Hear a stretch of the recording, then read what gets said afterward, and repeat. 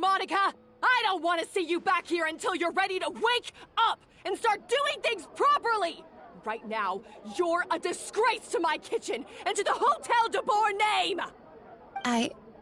It was an accident. I'm sorry, did you hear me asking for excuses? No, I'll do better, I promise. Why is she so aggressive? She won't even listen to what the poor girl has to say. Oh, hey, cut her some slack. You gotta at least hear her out. Wait! Huh? Who do you think you are telling me? Wait a sec. Navia? Huh. So, you're bringing backup now. Suit yourself! You're still wasting your time!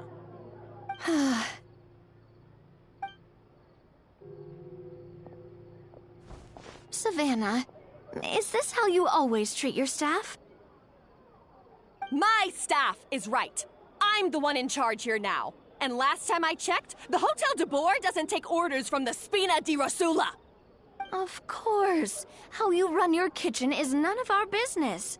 But when a member of your staff is so overworked he becomes gravely ill, that most definitely is our business. We're going to stand up for him, whether you like it or not. Overworked? I've said it before and I'll say it again. If Fermont can't handle the job, then tough luck. There are plenty of other capable people I can hire instead. But Philmont can do the job, he just... Monica, back inside, now! Huh? But you said I shouldn't come back until... Just do as you're told, and not another word out of you! Come on, we have work to do! Wow, what a horrible person! Sorry. Looks like I've dragged you into some drama again. Her name is Savannah. She's the new head chef at Hotel de Boer. Ever since she took the job, she's been enforcing a brutal work regime and putting a huge amount of pressure on her staff. One guy was so overworked, he collapsed from illness. He's been bedridden for days, and he can barely even talk properly. I'm sorry. It's all my fault. I don't deserve to be a chef. At his family's request, the Spina di Rosula is trying to mediate on his behalf. We're not exactly making a ton of progress, as you saw. Savannah is adamant that Vermont's exhaustion and illness have nothing to do with her or how she's been running her kitchen. She's refusing to have any kind of meaningful dialogue with us. Our next thought was to talk to the other chefs at the restaurant and get a better idea of their working conditions. But with Savannah watching them like a hawk, no one has been willing to open up. And that's why I'm here, doing it the old-fashioned way. Camping out, watching, and waiting for an opportunity. Oh, shoot! It all makes sense now. Sorry. Paimon should have thunked before she spoke. Did Paimon ruin everything? Oh, no, not at all, Paimon. Honestly, the way she was laying into Monica, someone had to step in. I'm sure I would have piped up if you hadn't. And besides, I don't really think I'm built for espionage. Yeah, meaning it's gonna be all the more difficult to get the inside scoop now. Oh, I might as well head back to the Fleuve Cendre then. We'll need to come up with a whole new game plan. Paimon will join you, 'cause this is kinda all Paimon's fault. Oh, guys, it's fine. You don't need to worry about it. That said, if you were planning to visit the Fleuve Cendre anyway, let me take you out for a meal. I'll make sure it's a proper feast. A really famous chef just joined the Spina di Rosula's tavern. Her name is... Sorry to interrupt. I just wanted to apologize for the scene you witnessed just now. We shouldn't subject our customers to that. This is a small token from us. It's some candy from Monica. She asked me to make sure it was delivered into your hands. Monica's the one apologizing? Huh. Clearly Savannah is the one who owes an apology. Our head chef has been a little highly strung lately. Sorry for everything. All right. Since there's candy, Paimon will drop it. Not the candy. Thank you for understanding. We'll make sure to pass your feedback on to Miss Savannah. A little highly strung, huh?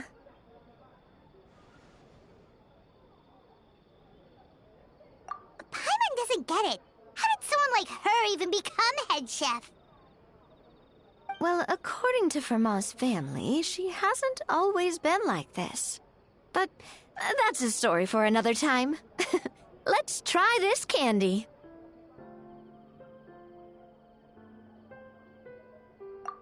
Oh, Paimon totally gets it. Come on, dig in!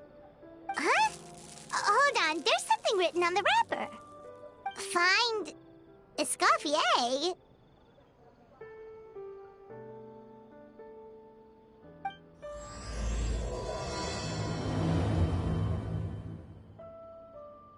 Escoffier? Could this mean... Huh? You know that name, Navia? Yeah. Let's stick to the plan and go back to the Fleuve Cendre for now. That's where we'll find Escoffier anyway.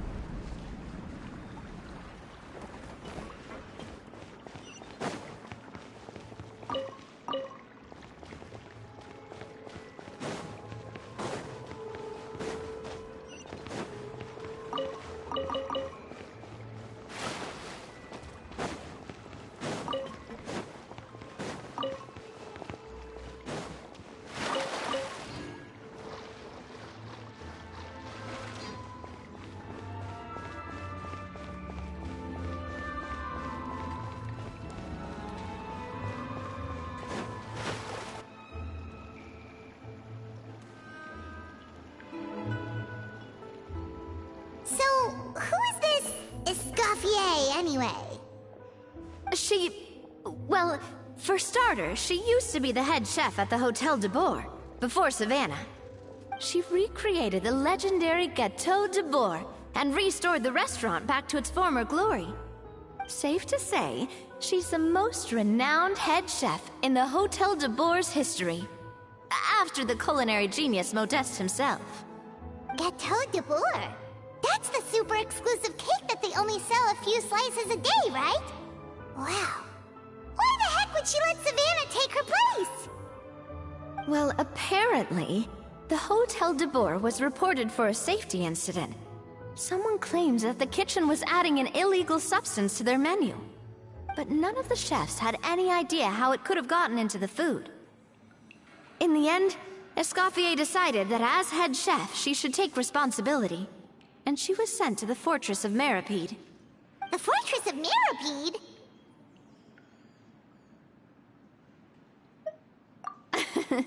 Well, you're right. The quantity of the substance they found was fairly minimal. Even the guards believed the whole thing was probably just an accident.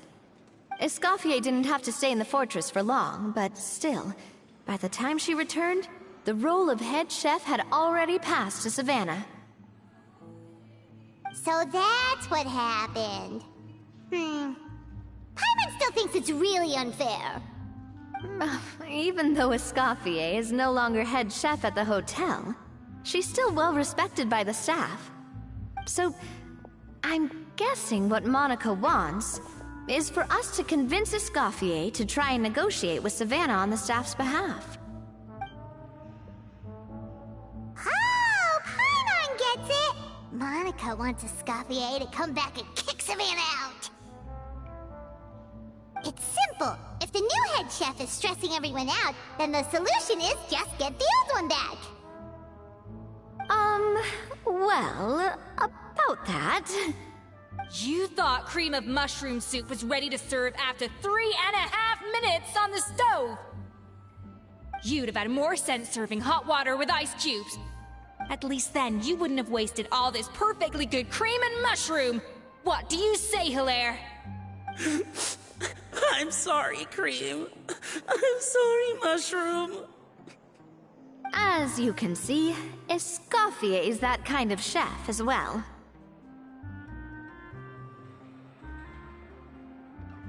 You have to leave it on the heat for long enough to allow those flavors the chance to come out.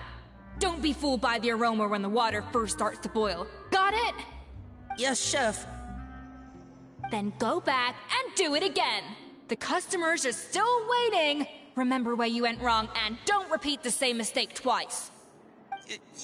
Yes, Chef!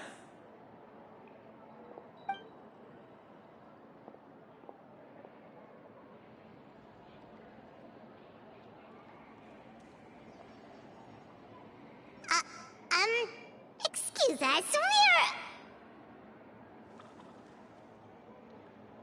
Waiting to be served? Sorry, we're pretty busy. I'm afraid you have to join the line. Oh, no, we're not here to eat. So you're not paying customers? Then I'm afraid the wait will be even longer. It's hard to talk to Escoffier when she's in the zone. Let's take a seat. We can catch up while we wait.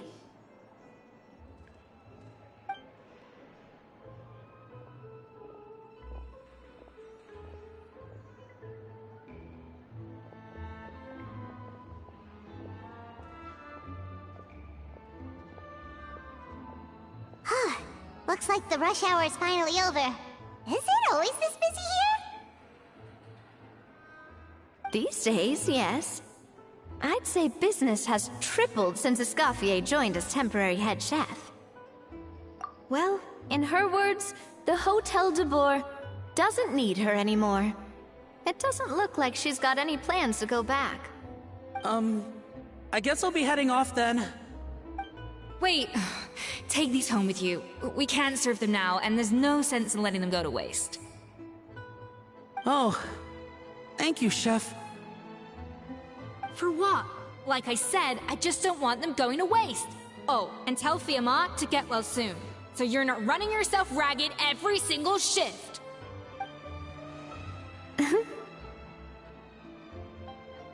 Fiamma. That's the second time we've heard that name. Who is that again? He's the chef that fell ill from stress. Hilaire is his son.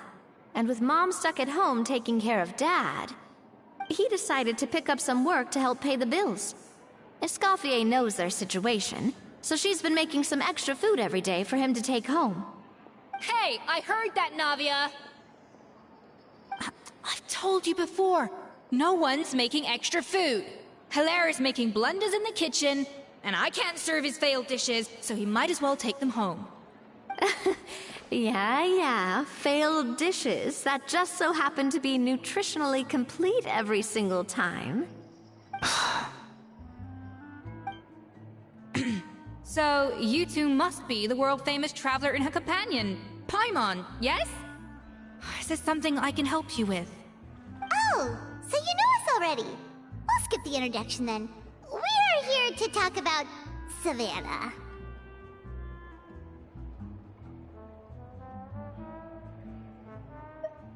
I certainly am. The Spina's headquarters are right next to the tavern. And I've lost count of the number of times Navia's come to pester me about it. But I don't work for the Hotel de Boer anymore. And being ex-head chef doesn't give me the right to interfere with that business. Besides, I'm the one who persuaded Savannah to take the job in the first place. What? Well, she was a much gentler person back then. A little timid, even. She wasn't at all confident that she was the right fit for the role. That's hard to believe. Are we definitely talking about the same Savannah here? Honestly, I do wonder if she's just emulating me. I mean, I'm not the most pleasant head chef to be around either. Anyway, suffice to say that given the history between us, it'll be tricky for me to tell her she's doing her job wrong without coming across like a huge hypocrite. Fiamar and the others probably think that Savannah gets it all from me. I wouldn't be so sure about that, Escoffier. Look at this note we got from Monica. She mentioned me. Whatever shortcomings you feel you have, it looks like Monica still trusts you. As for the others, well, how can you know what they think unless you ask them? Monica. Plus, it's not like we're asking you to storm in there and raise hell. We're only in the initial phase of our investigation. All we're trying to do is get the other chefs to open up to us. Oh, Monica. Oh, Monica! Escoffier? I can't believe her! Powdered sugar is supposed to be applied sparingly. Look at all that on the wrapper. It's thicker than the sole of my shoe. Unbelievable! I won't stand for this. She has to learn. Come on, we're going. Wait, so now she's,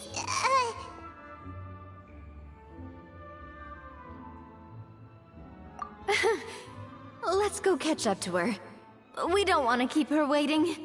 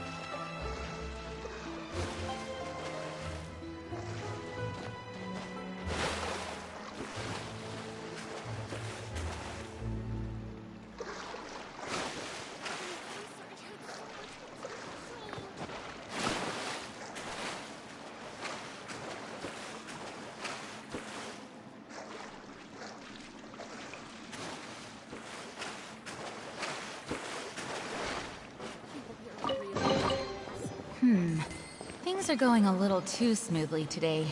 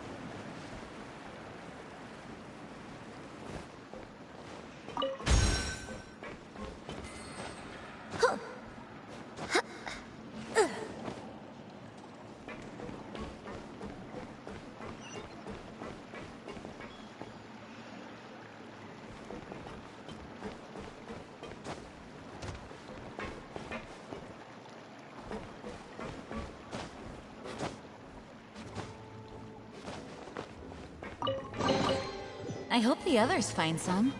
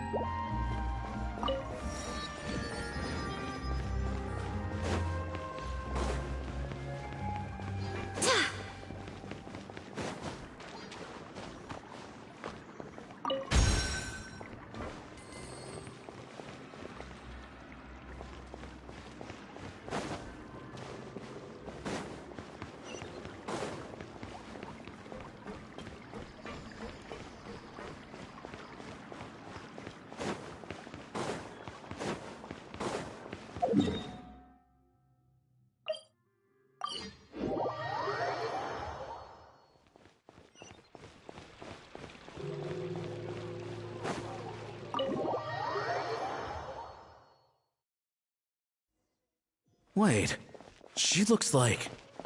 Is that a... I'm sorry. I'm so sorry.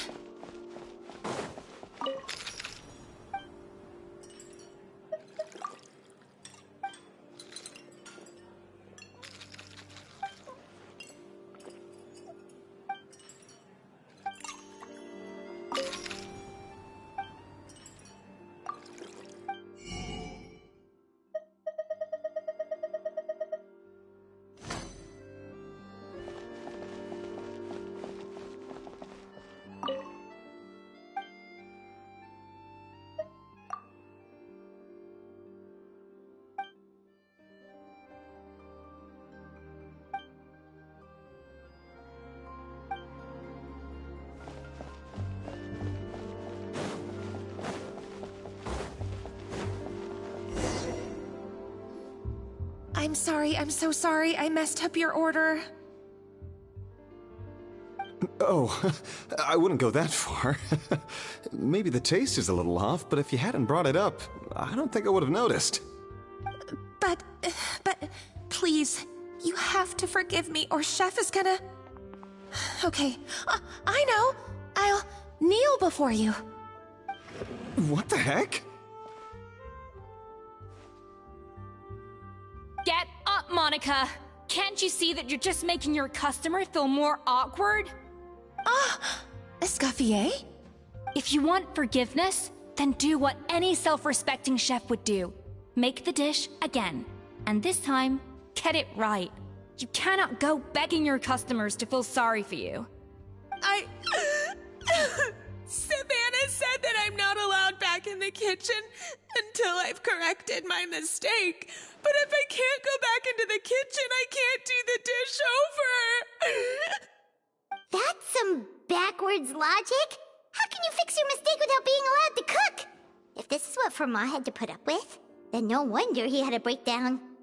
We apologize for interrupting your meal, sir. It's fine. With my layman's palate, it's not like I can tell the difference anyway. I was actually quite enjoying my meal until she appeared out of nowhere and started apologizing. Gave me a bit of a fright, to be honest. Oh, well, it's because Chef Savannah tasted a bit of the leftover soup from my pot and then threw me out of the kitchen. Gosh, that's pretty strict. Has she always been that way? I don't recall things being like this when Escoffier was head chef here. I gotta say, you're all looking a little worse for wear these days. I mean, Escoffier was strict too, but I think the difference is that her criticism was more constructive, so you knew what you did wrong and how to improve, and we all knew that it came from a good place. Chef Escoffier was hard on us because she truly wanted us to reach her level. But these days, whenever we make a mistake, we just get told to wake up, get your head in the game, or just do it again. And it's only gotten worse since word got out that Chef Escoffier had started working again in the Fleuve Cendre. Monica, you don't need to call me chef. I'm not the boss here anymore.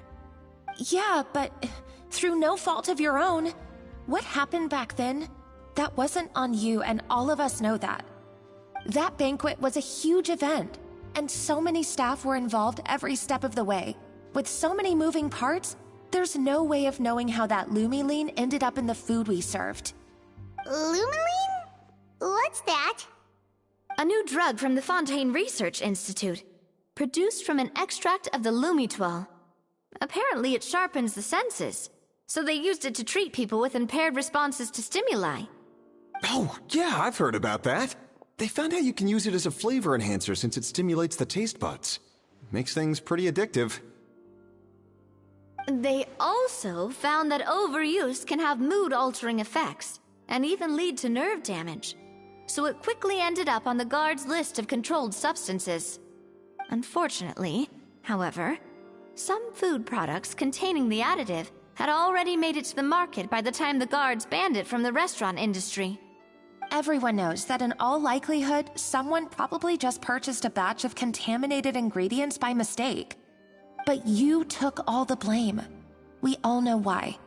You just didn't want to see this turn into a place where tensions are constantly running high, because everyone's suspicious of each other all the time. And now look at you, a fry chef in the Fleuve Cendre. What are you trying to say?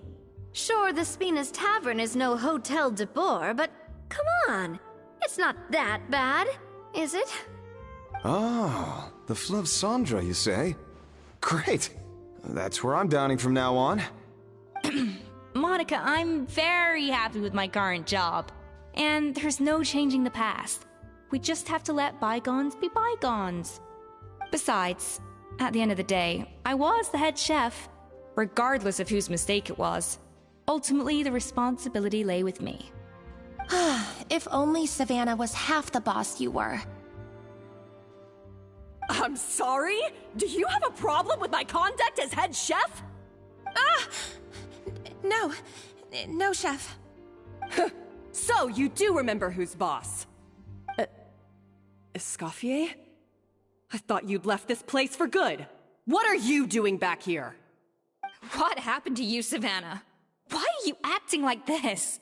When I turned this place over to you, You made me the head chef and gave up your right to tell me how to do my job. You're not the boss here anymore, so stop acting like you own the place. Whoa. Sounds like someone has a chip on her shoulder. Oh, Savannah! My God, have you grown a temper since I last saw you? Have you put even half the amount of energy into improving your cooking skills, or are you still using the Pluie Lotus as an off-brand marcotte, thinking no one can tell the difference? That's none of your business! What happened to not storming in and raising hell? Ho ho! I was not expecting to see something this spicy as soon as Escoffier returned. Huh? Fanasium? Aye, miladies. Might I make a humble suggestion? Given that we have ourselves a tête-à-tête between chefs at the Hôtel de Bord, I dare say it would be de rigueur to settle this the traditional way. The traditional way? That can only mean one thing.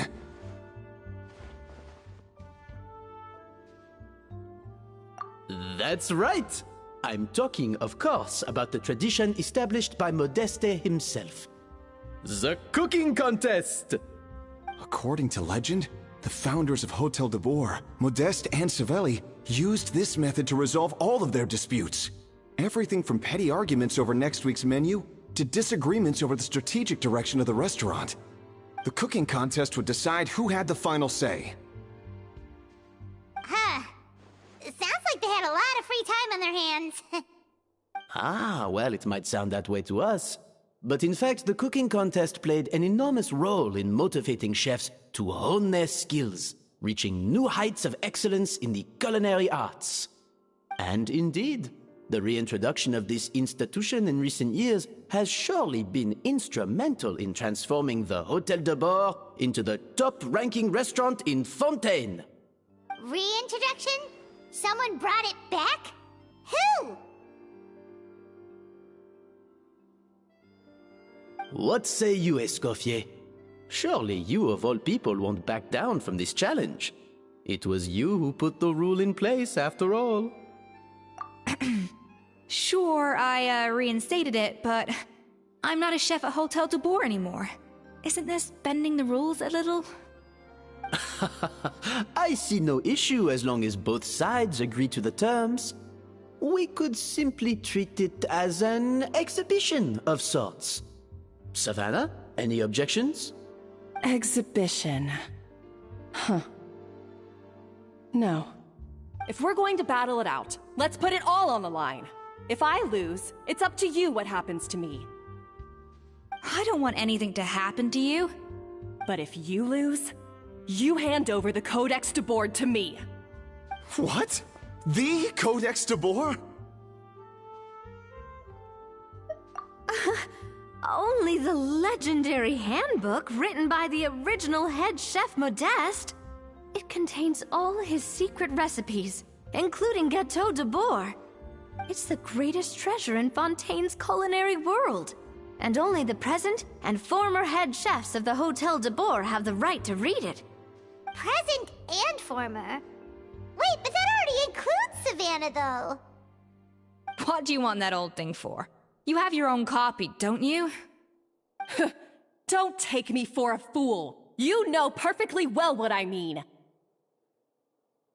I want your copy, the original version, the one you took with you when you left us. I'm sorry, I must be missing something. You know, there's no difference between the original and the copy, right? They contain the exact same recipes.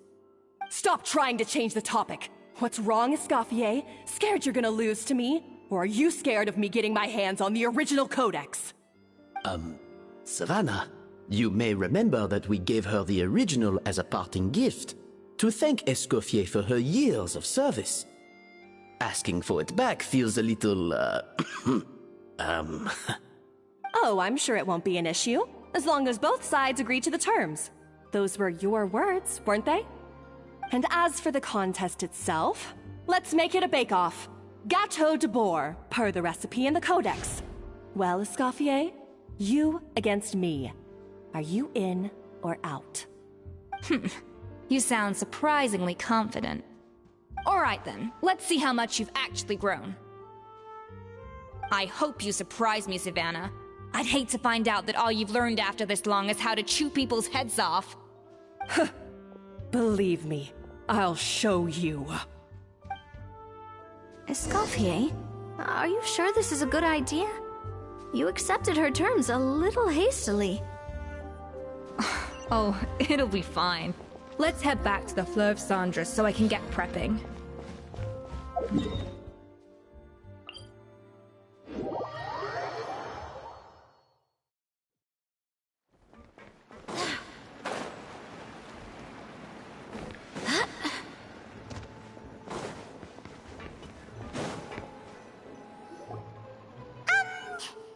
So, this whole bake-off thing kind of came out of nowhere. Was it really sensible to just go along with it? Well, I got a sense that she's holding something back. But we chefs always express ourselves in our cooking. So if she won't talk, this might be the best way to find out what's really going on with her. Huh? Holding back?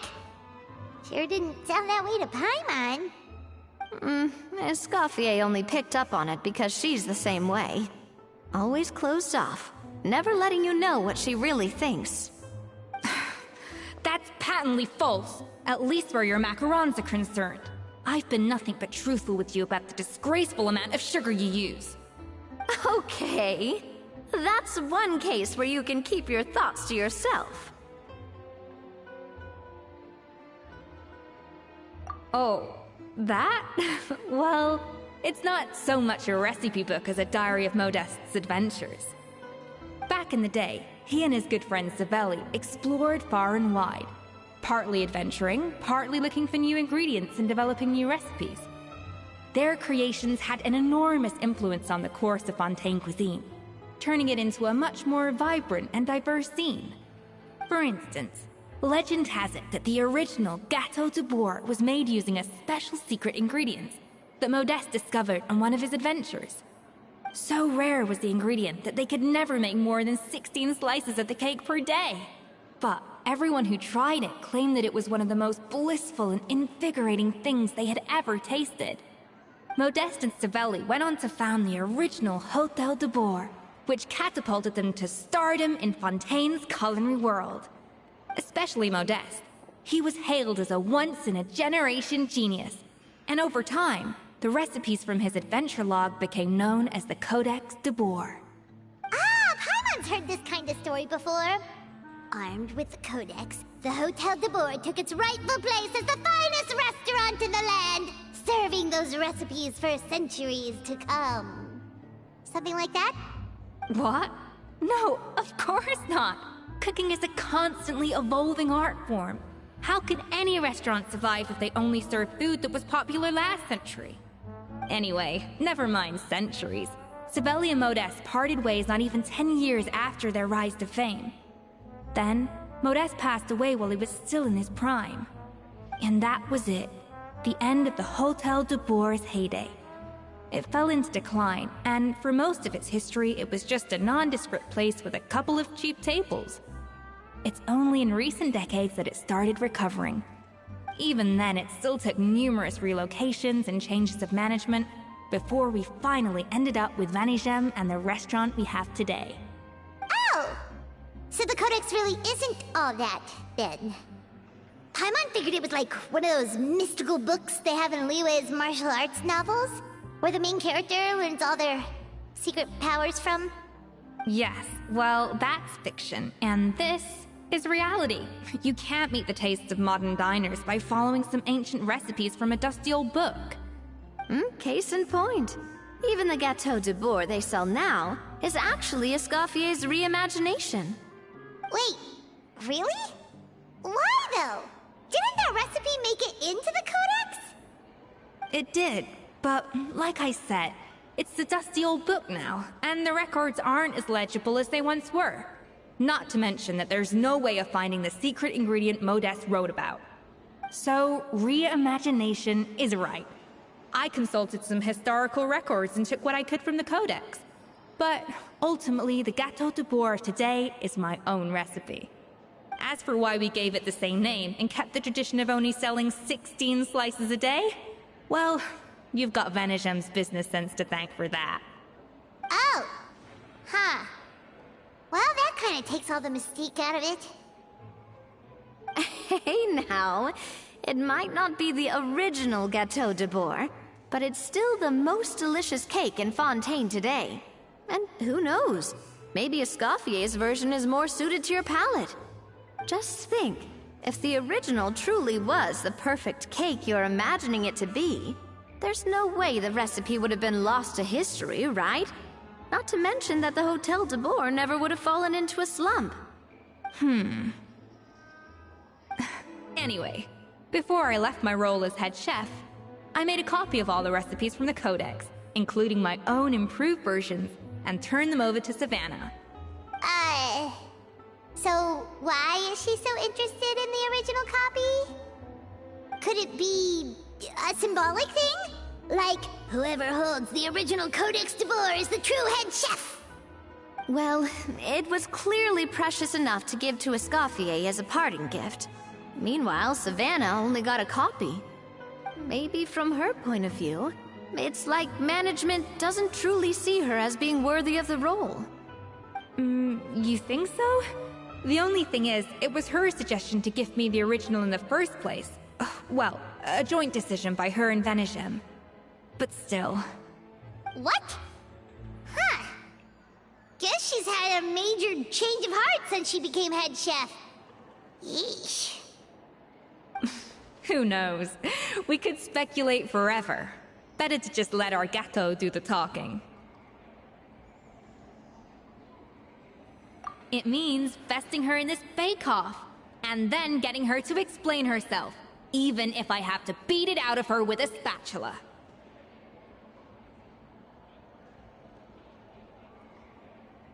However much she's changed since we worked together, I believe that she still has her chef's pride. And if she respects the art, she'll respect the outcome of our contest. Well, I'm confident that you and your spatula can get justice for Froment. All you need to do now is win the contest. But that should be a breeze for you. Let's not get too ahead of ourselves. Gâteau de Bourg is very complicated to make. Usually, it takes 3 chefs working in tandem to cover everything. Now, if I had to push it, I could probably do the work of 3 chefs myself. But I'd prefer to play it safe if I can find a couple of assistants in time. Well, that's easy. The 3 of us are veterans in the kitchen. You just need to pick 2 of us. Well, I have heard the Traveler is an accomplished cook, as well as a warrior. But be warned, I will hold you to exceptionally high standards. Think you're up to the task? Oh, count me in too. I've spent weeks perfecting my macarons after your scathing review. Even if it means competing against the Traveler, so be it. I'll show you what I'm made of. Confident. I like it. Alright, let's start with some elementary mise en place. Show me your knife skills.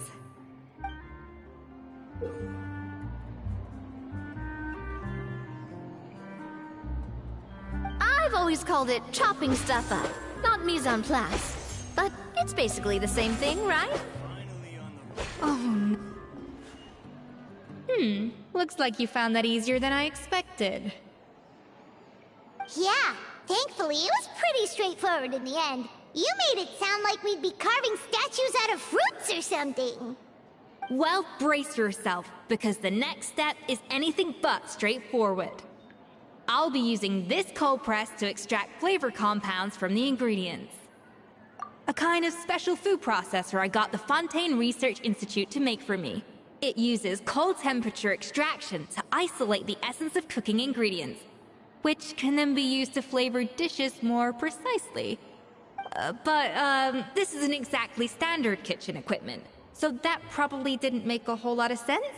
Let me give you a demonstration instead.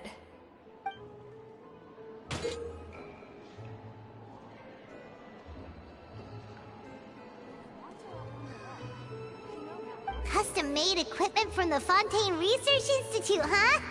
That's some pretty high-tech food prep. I've never used anything this weird before. Cool! Not weird. And done. These are the flavor compounds extracted from our ingredients. I processed all the fruit you chopped up earlier. Wow! Even the smell is so much more concentrated. What next? Do we add all this stuff in? Absolutely not! Throwing everything in at once will ruin the balance of flavors. We have to go slowly and carefully to calibrate the exact flavor we want. I'll demonstrate again. Now, watch closely.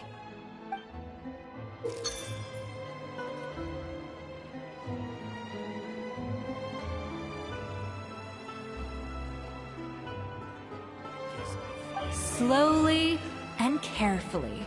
Not a drop too much.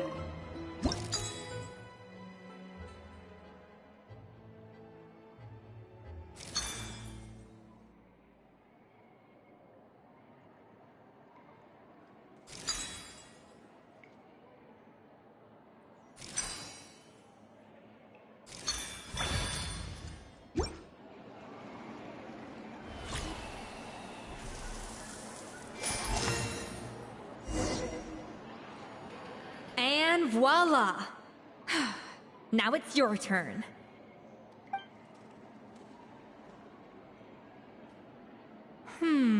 Not terrible.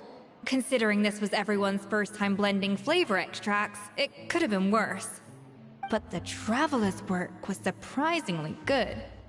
Are you sure you've never done this before? You got almost perfect results on your first try. Oh, well, they do say adventurers are multi-talented folks. Now I've seen it firsthand. Alright, now for the part I've been looking forward to. I want each of you to cook something from the Hotel du Bois' current menu. I'll judge your submissions and give you a final score. That's right. The true test of your cooking skills is the finished product. It'll be good practice for the contest itself. Now get to it. Chop chop!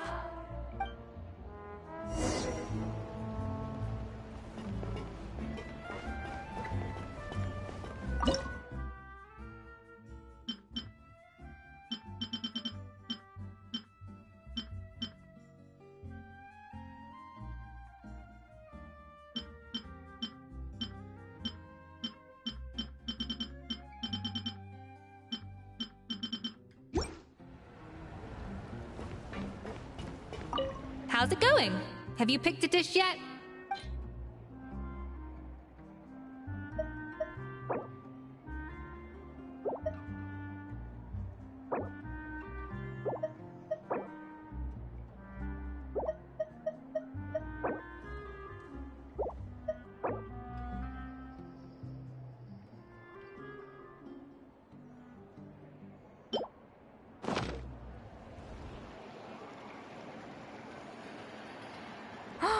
Look at that! With the grace of a snow-winged goose, as I like to say.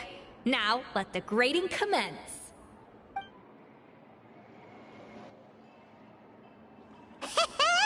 Pretty good, right? Not to brag or anything, but Paimon's a bit of a connoisseur when it comes to la food. 6 points. What?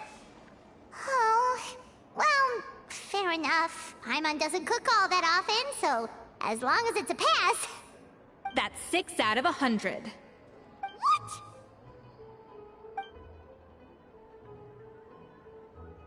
You say you're a connoisseur, but it's quite clear from this dish that you have far more experience consuming food than creating it.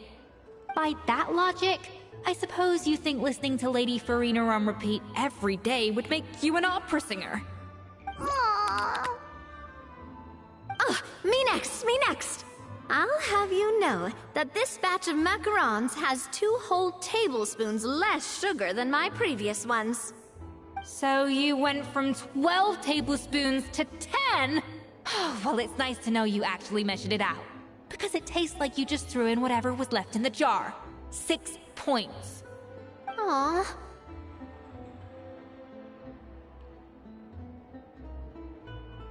Now to the final dish.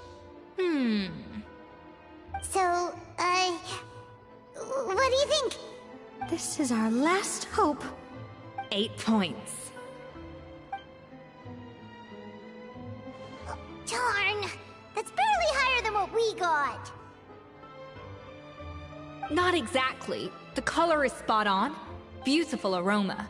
Excellent presentation. I have to give this one 8 points out of 10. Maybe even 9 points. Huh?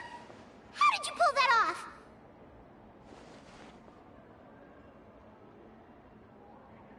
Don't get me wrong. There's room for improvement. But still, this is clearly the work of an accomplished chef. I can tell that you've put many hours of work into honing your skills in the kitchen.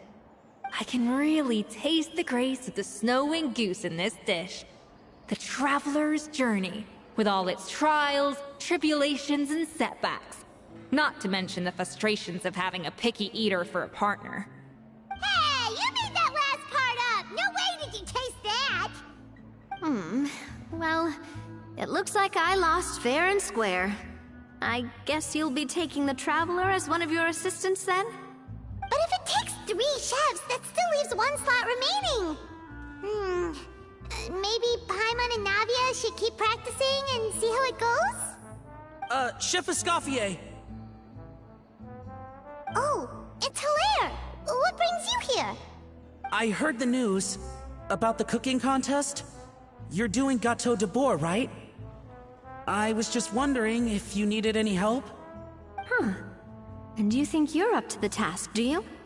Oh, no, I know I'm not there yet. It's actually my dad who wanted to help.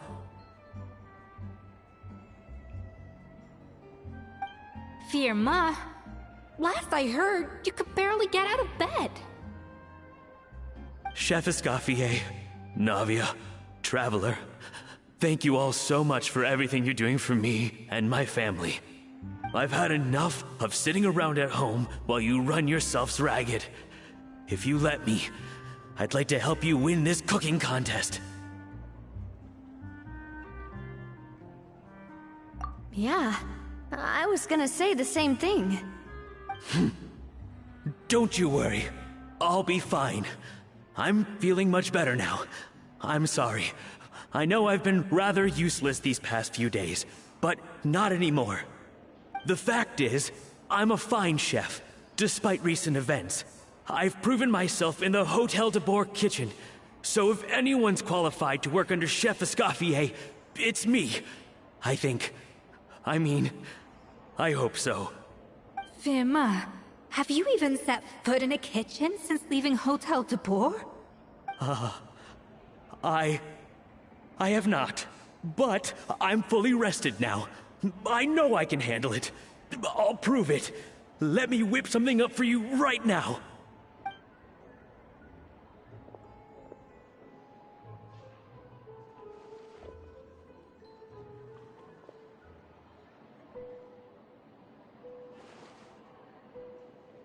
Huh?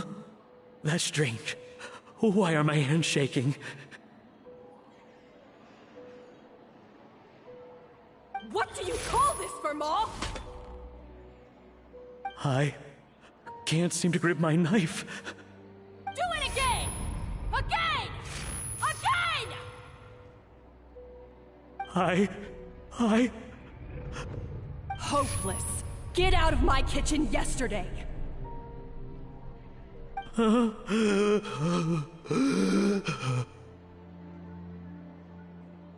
Dad, what's wrong? I don't understand. I was feeling so much better, and then Will I never be able to work in a kitchen again? Dad, talk to me. What happened? I think the real issue here is not physical exhaustion, but psychological trauma. Monica, when did you get here?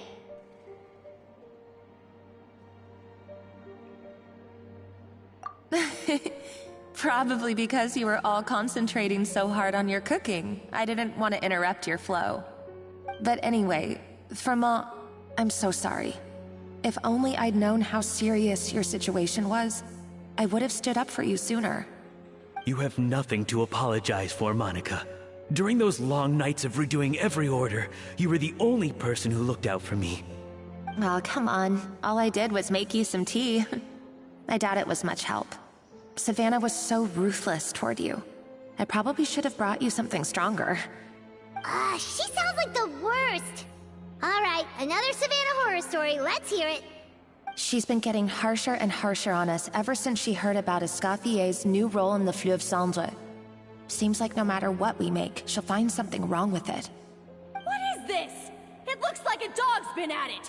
In the trash now! Then she orders us to redo the dish again and again, but we never know what's going to make her happy. Do it again, do it again, do it again! Every time you remake it, you just get another earful from her. Either straighten yourself out, or get out of my kitchen! So now, it seems like just picking up a kitchen utensil gives me flashbacks of her yelling at me. Oh man, that must be awful. The more I want to get it perfect, the more my hands shake, and the more scared I am of making another mistake. How can you give up so easily, Firma? You weren't a quitter when you were working for me. And even under Savannah, you talk about working late into the night trying to perfect your dishes. That says to me that you still hadn't lost that determination to prove yourself. What changed? I don't know what's come over me. When I think back, I just remember feeling like my heart and my hands were growing heavier and heavier as the shift went on. Each time I had to redo a dish, my heart sank a little further. Maybe Savannah was right. Maybe I am just hopeless at this. Dad. I see. Well, it sounds like there are some deep issues at work here.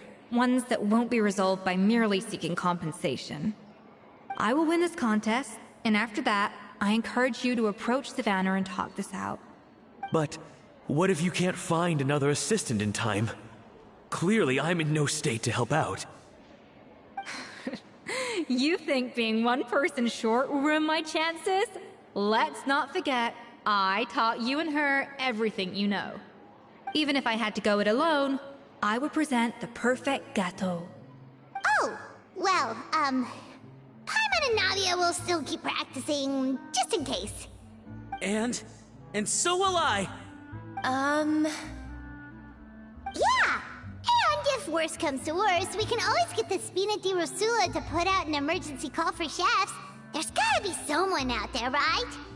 Actually, I thought maybe I could help. That's sort of why I'm here. What? Why didn't you say so? I was going to, but then... well, this is the first chance I got. You do this for us? Thank you so much, Monica. Alright, fine by me. But aren't you still working for Savannah? Joining the other side seems like a guaranteed way to put your future employment in jeopardy. I know, but it's alright. I've made up my mind. With the way things are, I can't keep working for Savannah much longer anyway. Unless I want to become the next Firma. I'm done with sucking it up. It's time to try and turn things around. If this cooking contest can get Savannah to see the error of her ways, then I'm sure she'll forgive me for this. Well, Paimon didn't think we'd be poaching from Savannah's staff to get our third person, but there you go. Anyway, Monica's a professional chef, so nothing could possibly go wrong now. Great! Then it's settled. And to congratulate you all on making the team, I propose a Spina-sponsored meal to celebrate. Spina-sponsored? Wait, you mean I'm cooking? Well, I promised the traveler a feast in the Fleuve Cendre. And I know how much you've been looking forward to it. Yeah! Feast, feast, feast! All right, if you insist, then prepare for some of the finest food of your lives.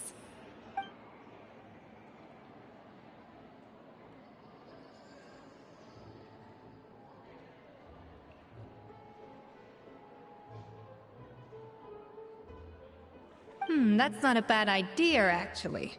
Wait, hold on. You need to finesse that further.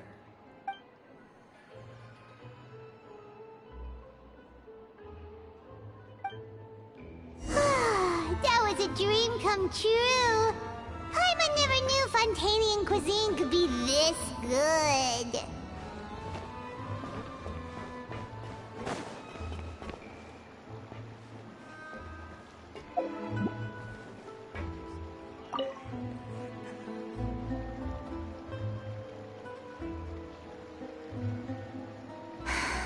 Why, Savannah? Why? Oh, nothing. I was just flicking through the original Codex de Boer. I wanted to see if there was anything I'm missing. Something I hadn't noticed before. That might explain why Savannah's so desperate to get her hands on it. But I can't find anything. It's just some hastily scribbled recipes in between diary entries from Modeste's adventuring phase. And most of it's not even legible anymore. The copy I gave her not only has all the recipes in full, but even includes my own private tips and notes from years of experience. Surely that's infinitely more useful than this old thing. Yeah, maybe. Still, it's just hard for me to imagine that the Savannah I knew would go to all this effort just to make a point.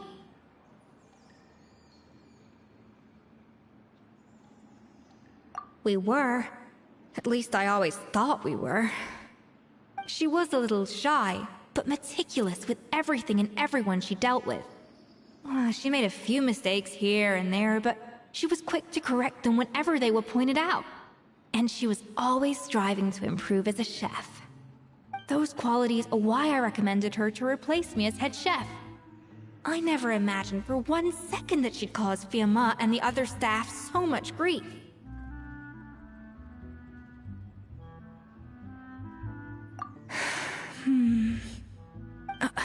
Well, I mean to an extent, of course. I pushed hard for her to get the role. And the idea that she turned out like this because of me is difficult to come to terms with. I wonder if this is how Modeste felt back when he was writing the Codex. Yes, with his good friend and co-founder of the Hotel de Boer, Savelli. The story goes that after Modeste unveiled his Gâteau de Boer and was hailed as a culinary genius, he was admired and adored by all. But his newfound fame slowly drove him and Savelli apart. Unlike Modeste, whose every new creation was an instant hit, Savelli seemed to face setbacks every turn. Doors that would swing wide open for Modeste would shut in Savelli's face. And with Modeste being whisked off to all manner of functions by his celebrity friends, he had less and less time to discuss the culinary arts with Savelli. People started gossiping about Savelli, and their relationship between the two gradually soured.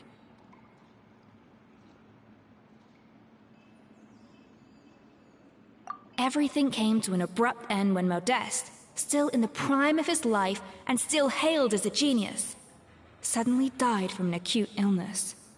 And that was it. They neither had a decisive split, nor got the chance to properly reconcile. Their story just came to an end. One rumor had it that Savelli actually killed Modeste out of jealousy, even as the latter was hoping to make amends.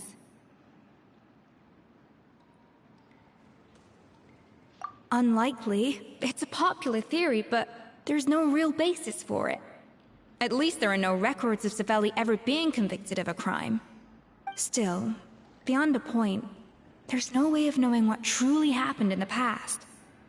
All we can do is try to make sure the present doesn't quite go as badly. And that's why I have to win this contest tomorrow. Then get the truth about everything that's been going on, even if it means cracking her open like a nut.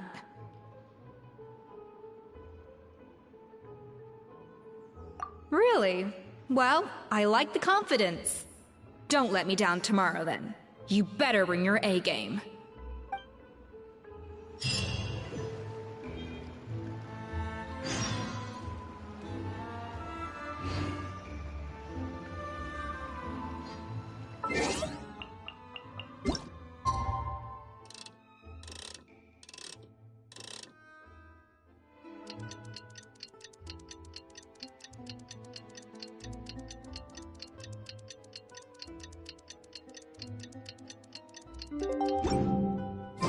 It's Cooking Contest Day! To the Hotel d'Amour! Toot sweet!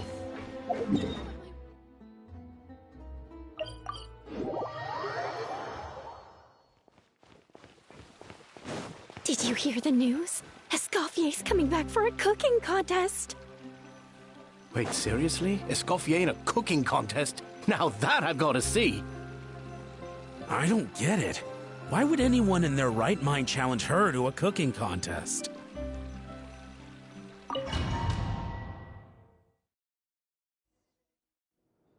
Mesdames et messieurs, welcome one and all to the Hôtel de Bord and to this most exciting of cooking contests. Savannah, I brought the original copy of the codex you asked for. Monica? Huh.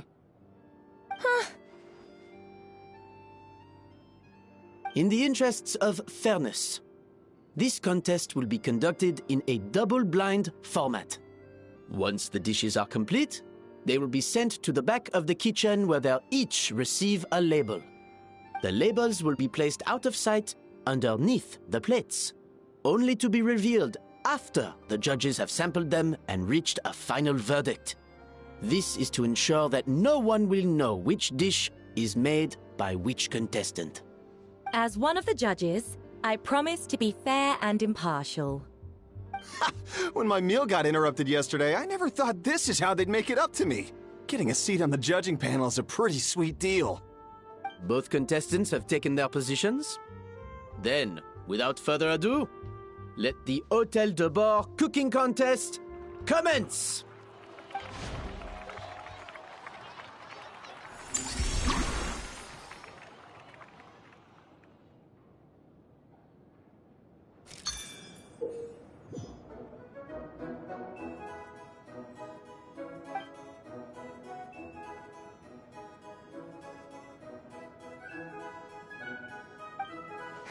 Even the best chef in the world can't flavor their food without prepping the flavoring, right?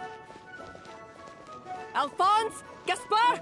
Get to... Even the best chef in the world can't flavor their food without prepping the flavoring, right? Looks like our two head chefs are raring to go. Like an oven on full blast, this competition is quickly heating.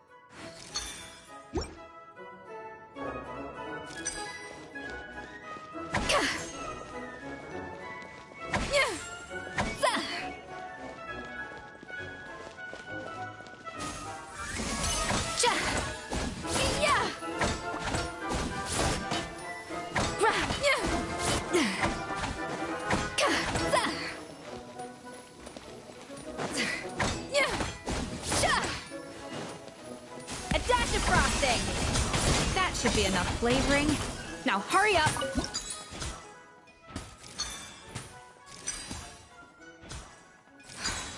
Stay calm, Escoffier. There has to be a way to balance the flavors. Just think.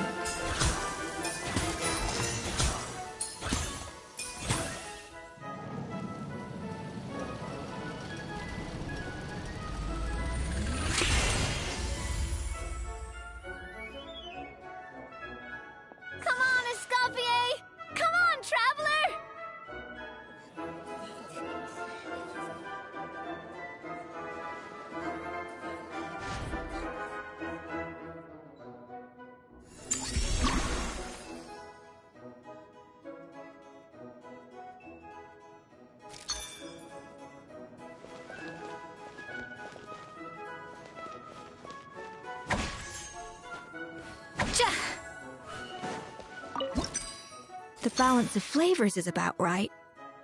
But the quantity is too low. Alphonse! What are you playing at? It's not how I taught you to do it! Stop horsing around and do it again! Yes, chef!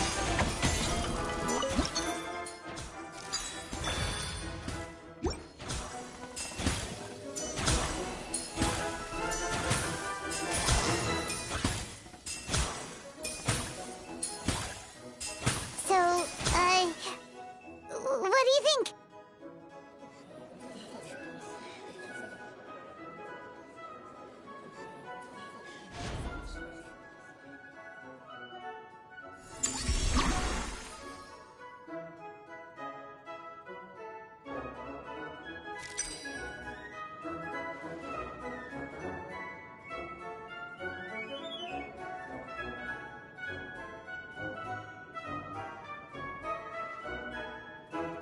Escoffier is already on the final step of the recipe. Let's check on Savannah's progress. I think this flavor profile is still a little bit off. Enough!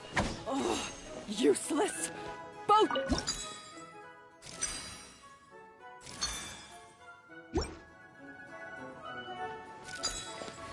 Wow! Is Savannah serious? Can she really make up for lost time working alone?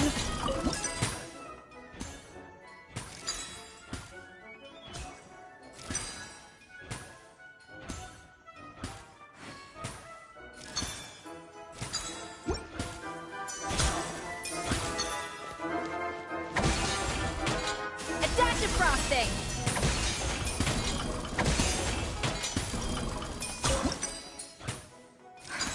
What are you doing, Escoffier? Your team's waiting on you.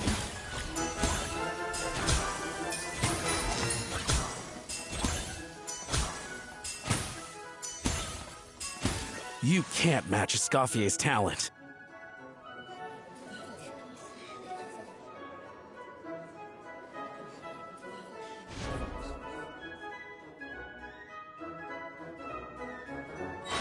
I present to you Gâteau de Bourg.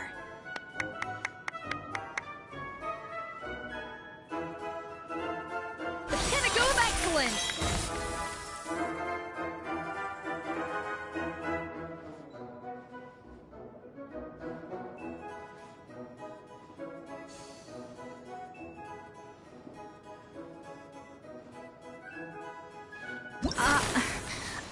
I was just exercising caution. I had to make sure everything was perfect.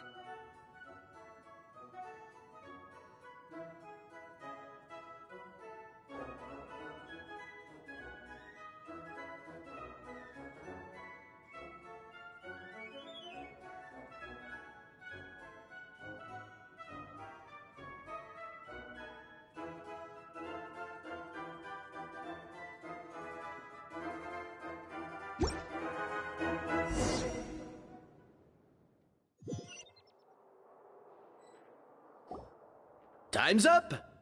Contestants, please take your dishes to the back.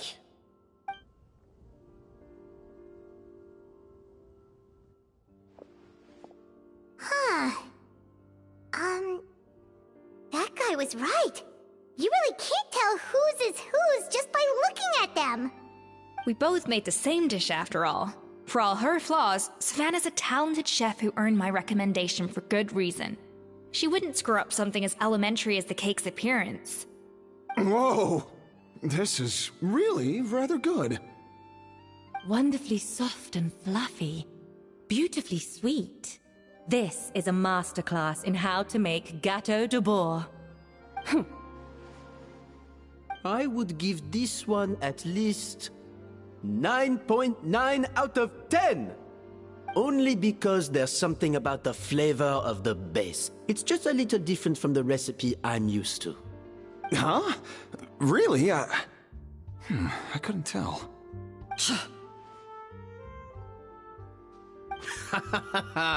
All right, on to gâteau number 2. I haven't had a single bite, and already this aroma is a delight to the senses. I have a feeling that this gâteau will be a gâteau for the ages. How exciting! I'm gonna dig in.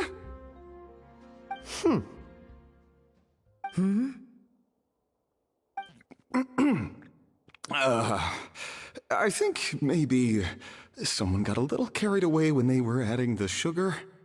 Not just the sugar, it's the flavors too.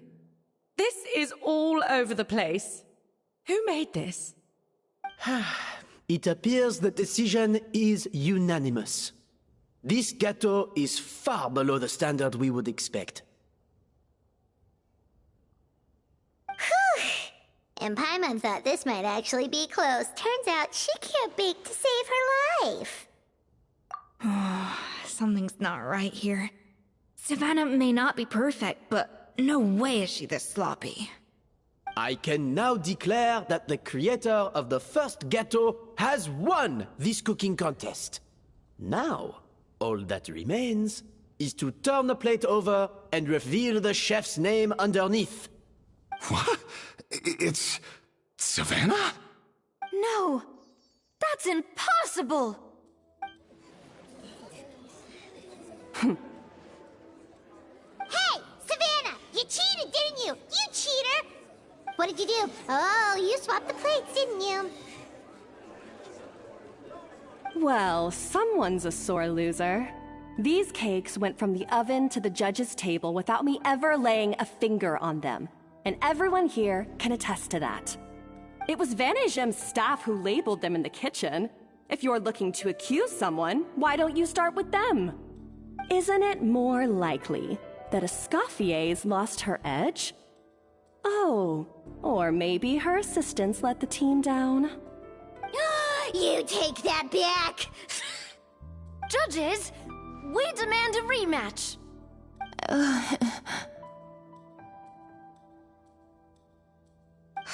That's enough! What's done is done. As head chef, or rather as team lead, I take responsibility for the dish I served. Whatever went wrong and however it happened, I should have spotted it. Savannah, I didn't think you'd stoop this low just to beat me in a bake-off. What happened to your chef's pride? I don't know what you're talking about. If you want the Codex de Boer that much, you can have it. Escoffier, no! But you must promise me that you'll apologize to Firma and compensate him for everything you put him through. It's a little late to be negotiating terms. The contest is over and I won. That means you owe me the Codex, and I owe you nothing. Look, Savannah, you may have fooled everyone else, but can you really fool yourself? What I'm offering is to accept defeat without looking to expose what you've done.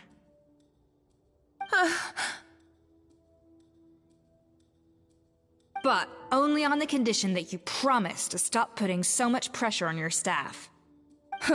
Fine. I'll treat this as your final handover of duties from one head chef to the next.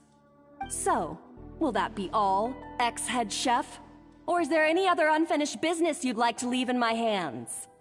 I didn't mean that to be a scolding from your former boss, just a word of advice from a fellow chef and a friend. But I don't know if you're even open to input from other people anymore. I know what I'm doing. I don't need your advice. All right, fine. I'm glad to hear it.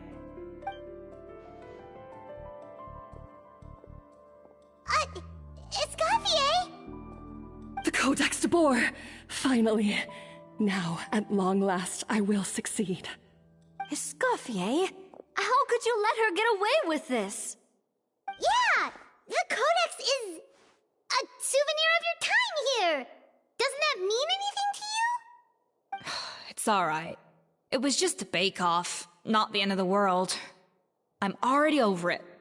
Besides, it's not all bad. She agreed to compensate Firma. That's mission accomplished for the Spina.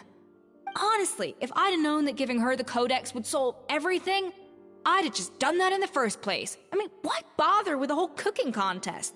It's such a waste of time and energy.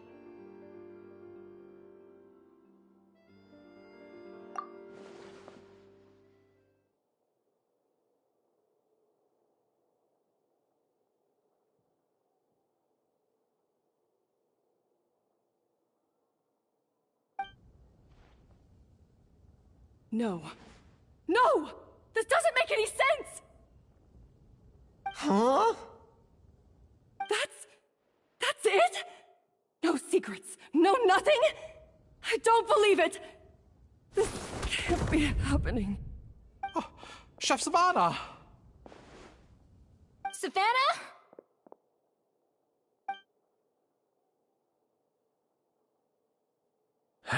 It's nothing life-threatening. Just a lot of pent-up stress and exhaustion.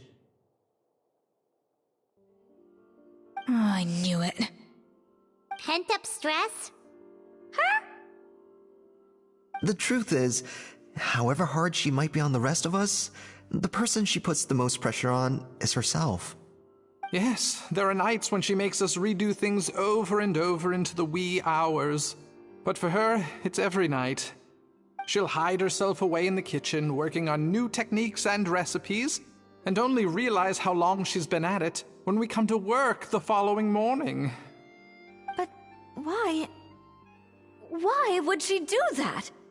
Our best guess is, she doesn't want to be seen as less of a chef than Escoffier. And there it is. Even so, that's no excuse for taking her anger out on the rest of you. Yeah, and it's definitely no excuse for cheating in the cooking contest. About that, we honestly have no idea how she did it.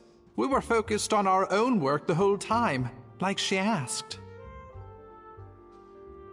Leone and Algalia were the ones I tasked with labeling the cakes. I've already spoken to them both.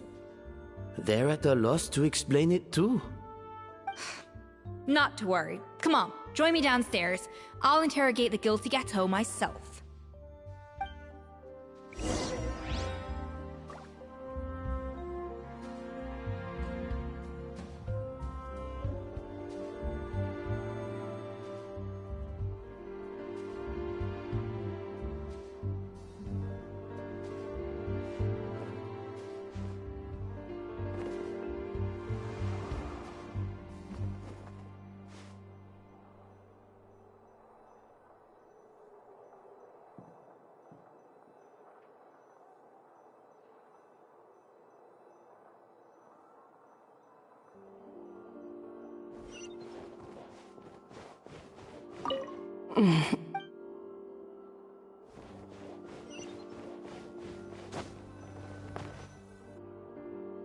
Well, how is it? Have you figured out what it was?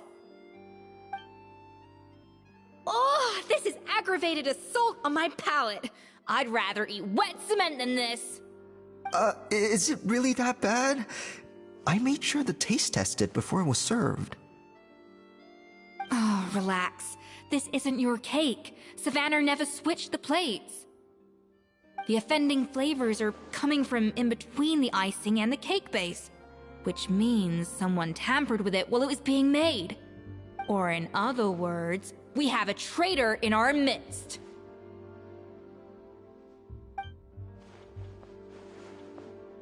I'm sorry.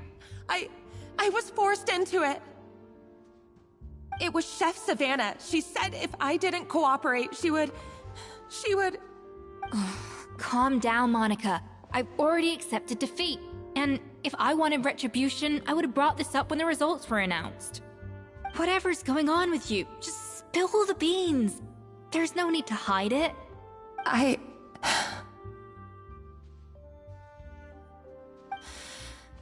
I was the one who caused the food safety incident that one time.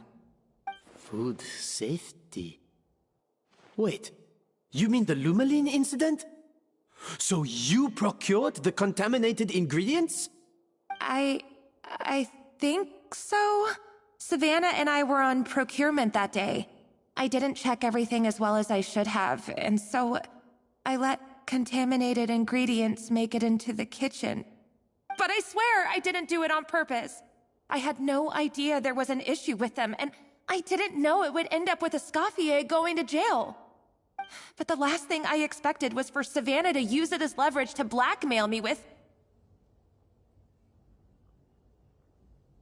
This is crazy! So Savannah pressured you into sabotaging Escoffier's cake by threatening to expose your secret if I know, it's terrible. I'm so sorry. I was so scared. The thought of Chef Escoffier finding out that I put her in jail, it made me freeze up with fear. I thought Escoffier would hate my guts if she ever found out, and yet somehow that's ended up in me doing something even worse.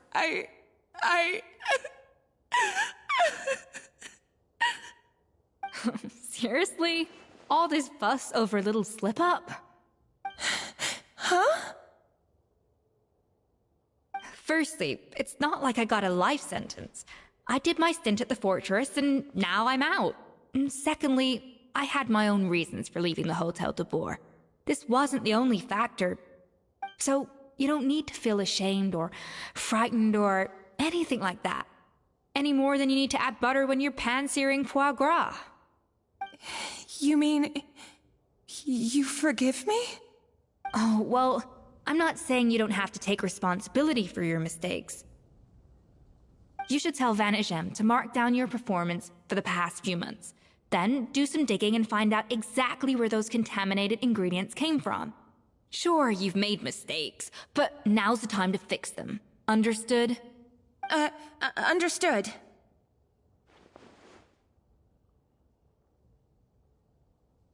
Good. Now, back to Savannah. What about the original codex would compel her to resort to blackmail? I have my suspicions. Not that I've got any proof to back them up, though. Ugh. What happened to me? I've overheard some customers murmuring about how the Hotel de Boer hasn't been the same since Escoffier left. They think our menu doesn't taste like it used to, especially our signature items.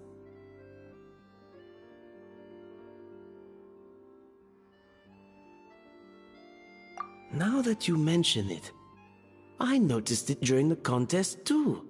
I couldn't put my finger on it, but the flavor seems subtly different from how it used to be. But the difference was so small, I'm sure no one would notice it besides our most loyal customers and true dessert connoisseurs. Still, as head chef, it's easy to see why Savannah would get so hung up on it. So many times I've seen her make the cake base over and over again, late into the night, determined to match Escoffier's version. But something's always slightly off every time. Yeah, I've noticed that too. Never really gave it much thought, though.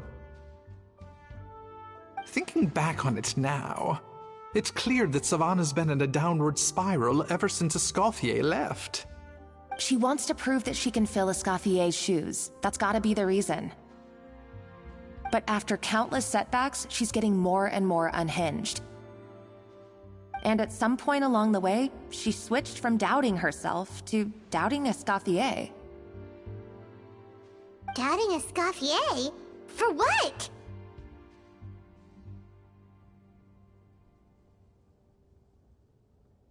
Yeah, it would explain why she was bent on getting the original at any cost.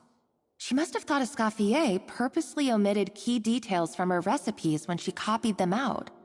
Also, she could retain her place as the #1 chef in Fontaine, the only one privy to all the secrets of the trade. Oh, for goodness sake. What a stupid idea. Of course. Then she finally got the codex only to discover that the secret recipes she's been pining for don't exist at all. Seeing how utterly wrong she was must have been a real shock to the system. It probably brought up everything at once. It overwhelmed her, and she passed out. There's still one thing that doesn't make sense, though. If Savannah had the real recipe all along, how come it tasted different? She might not be on the same level as Escoffier, but surely after like 50 attempts, she'd get it right one of those times. You'd think so, but geniuses like Escoffier are in a league of their own.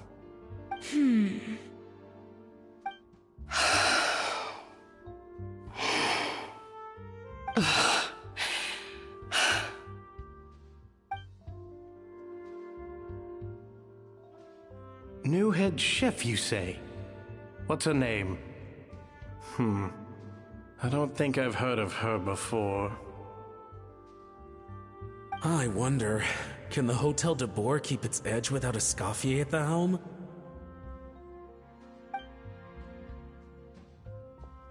This tastes different from last time. Is it undercooked or something?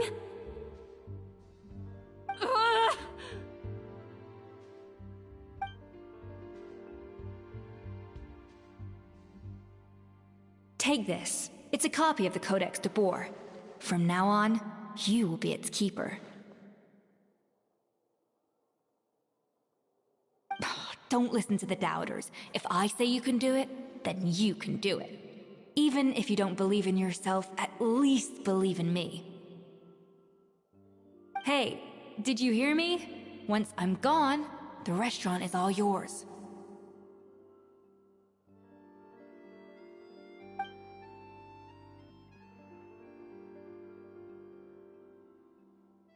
All this time, I've been blaming other people, but maybe I'm the problem.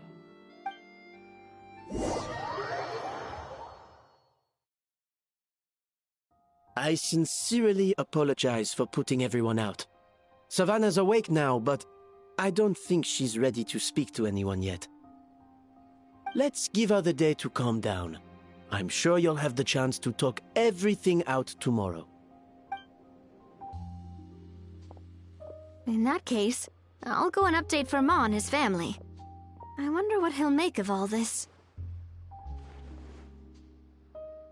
So, we'll come back tomorrow then.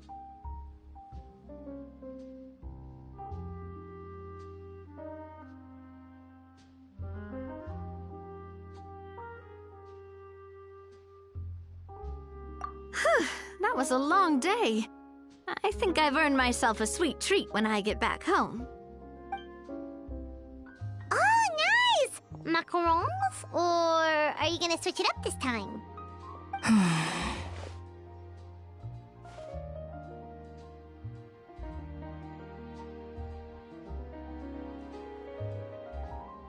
Traveler, how much do you know about the snow-winged goose?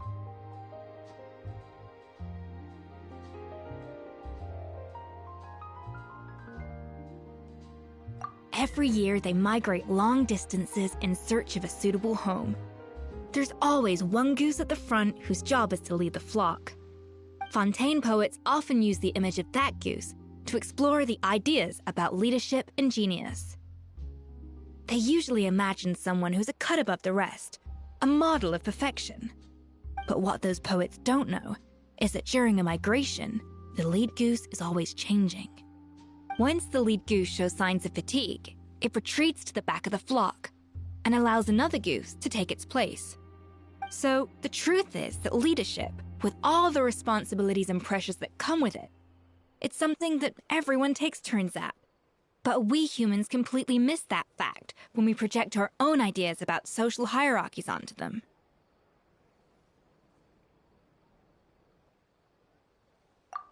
I guess what I'm saying is, I don't buy into this notion that there's some sort of gulf between normal and genius.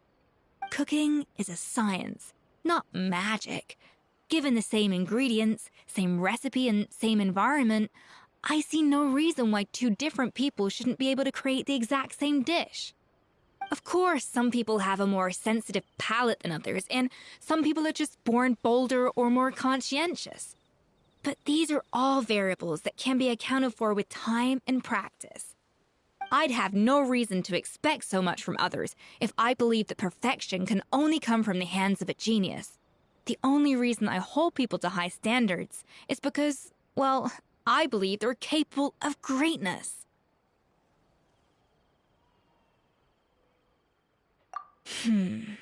Okay, I've made up my mind.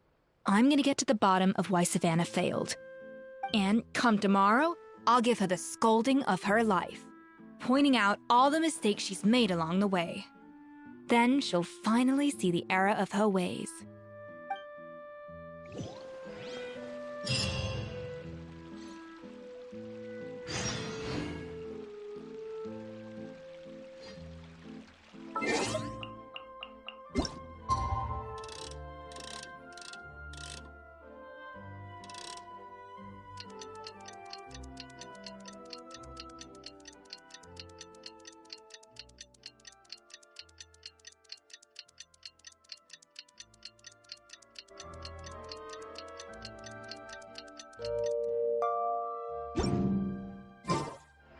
hope the Knights of Favonius are all working hard.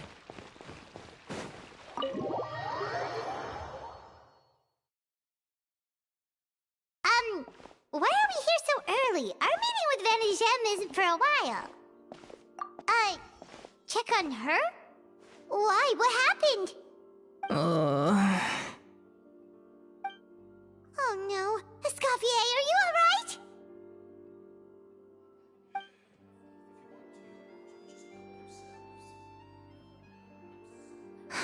I'm fine. Just need to get some more coffee in me. Huh? What happened to my coffee? Did I really drink it all?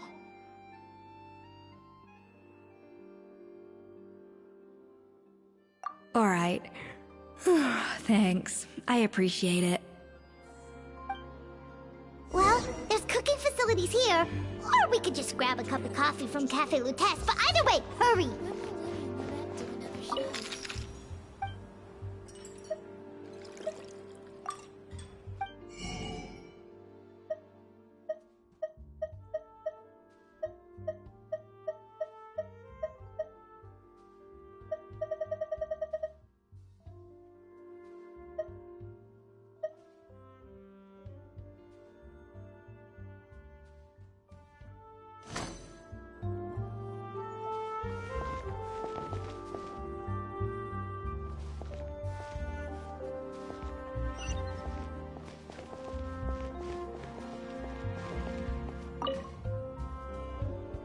Coffee.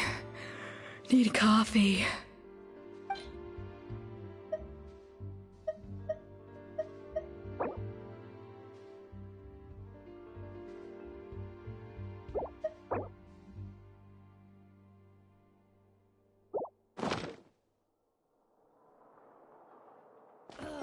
I'm so annoyed. Art is the key ingredient.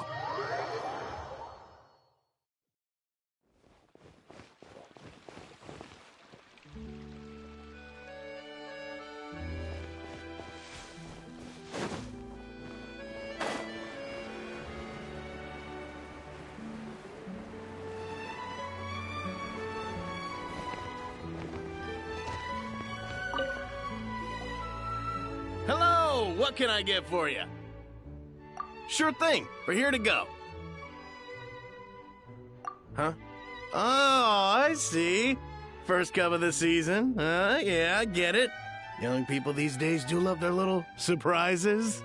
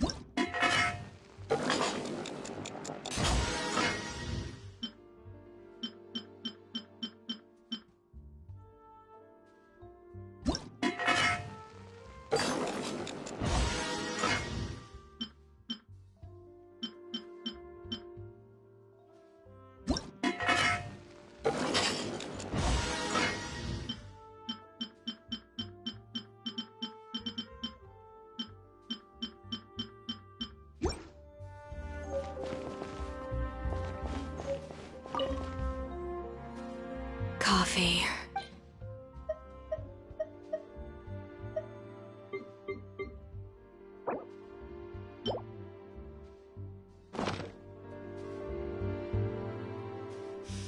I smell coffee.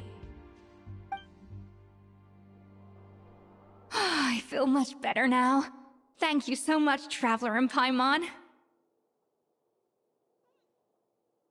Glad to hear it, but make sure to catch up in your sleep when you get the chance.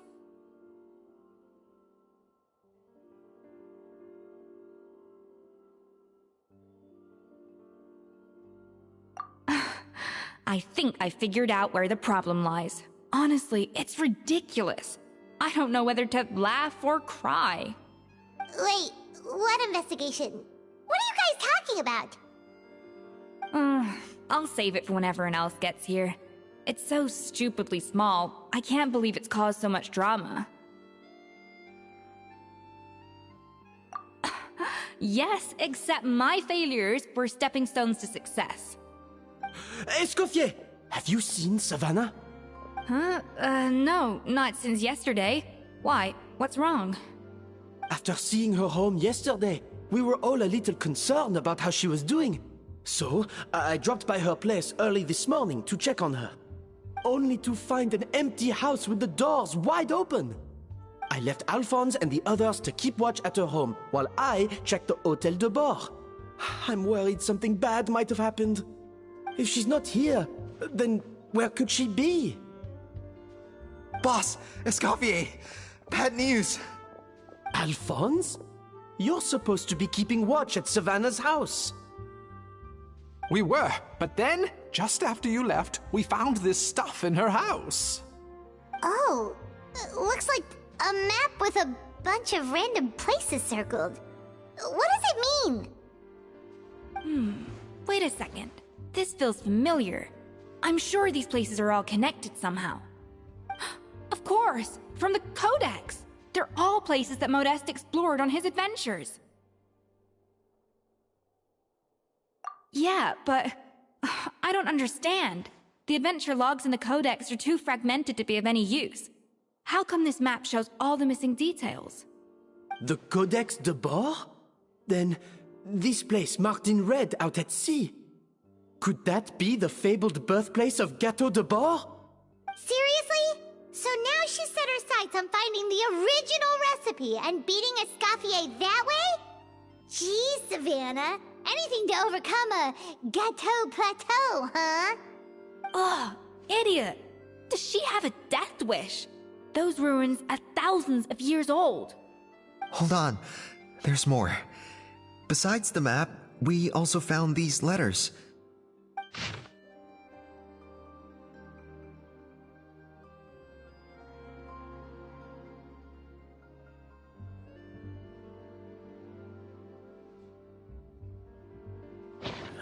It was you. You let the Lumaline through, didn't you? It sounds like a threat letter. Does this mean that Savannah was responsible for the safety incident? And not Monica after all? Retrieve the Codex by any means necessary. So the cooking contest and the cheating. Someone else was behind her pulling the strings? She's keeping the true recipe to herself. Ugh, this is all such a mess. Paimon needs a second to process this. First, we thought that Savannah forced Monica to cheat in the cooking contest. But now, it turns out that someone else forced Savannah to force Monica to cheat?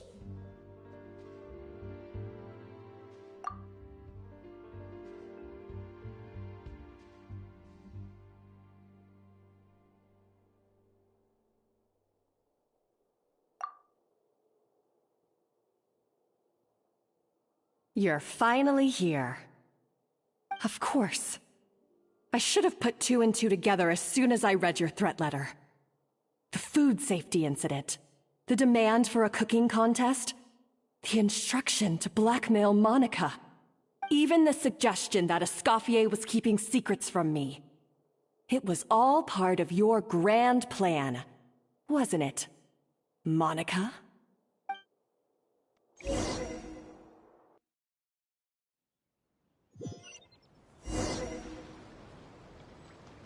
We should be getting close to the spot marked on the map. Of all the stupid things she's done, this really takes the cake. The moment we find her, I'm gonna curse the living daylights out of her.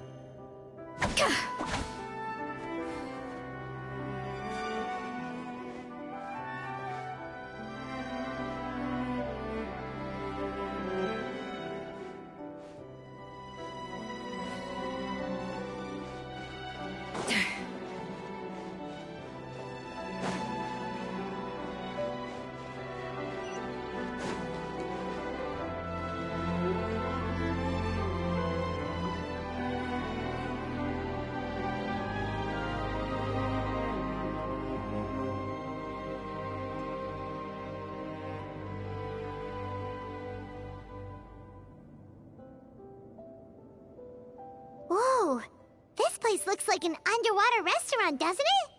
Suddenly, the idea of an adventure chef finding secret ingredients makes a whole lot more sense. I think Modest's codex mentioned this place. A public bath from the time of Remoria. So yeah, definitely the kind of place that would have served food and drinks. Huh? Some blubber beasts have come to join the party? How did they get here?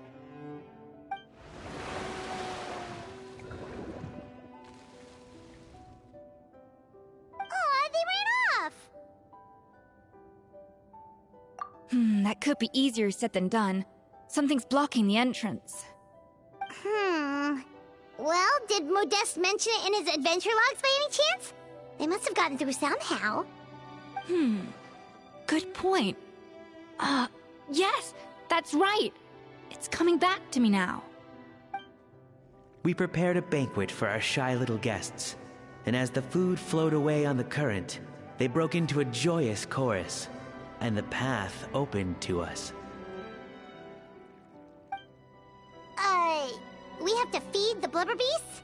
With what? There's nothing here besides rocks, romaritime flowers, and lumitoile. See, this is why you should always bring snacks. You never know when you're gonna need them. Now we have to head all the way back to shore and grab some. There is no time for that. Romaritime flowers and lumitoile will have to do. They may not look appetizing to us, but who knows? They could be blubber beast delicacies. Wait, we're seriously gonna try this?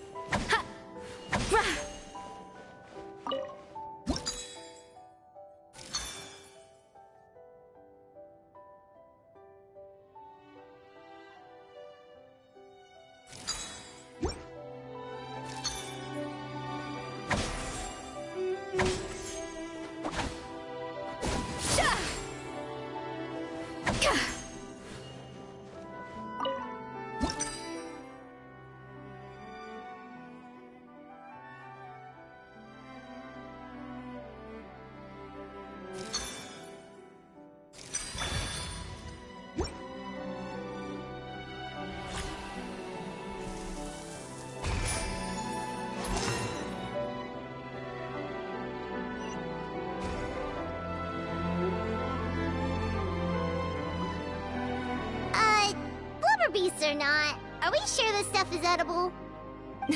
Trust me, they'll love it.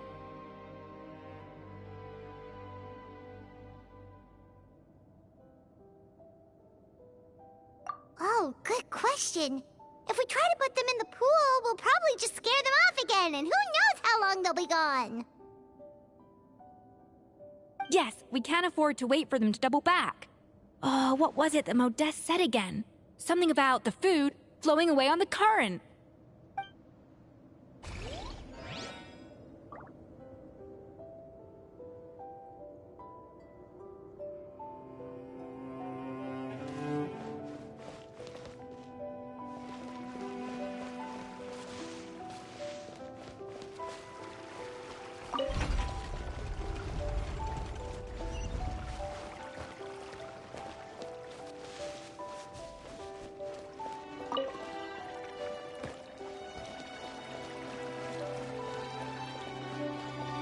Hey, be careful! Scare them off too much and they might not come back again.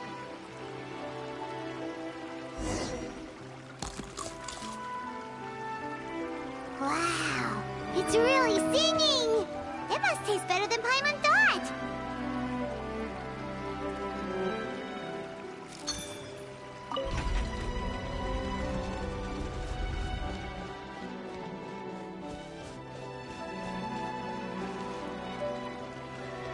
The tracks turned back again.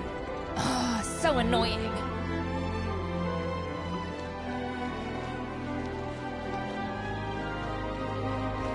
Yeah.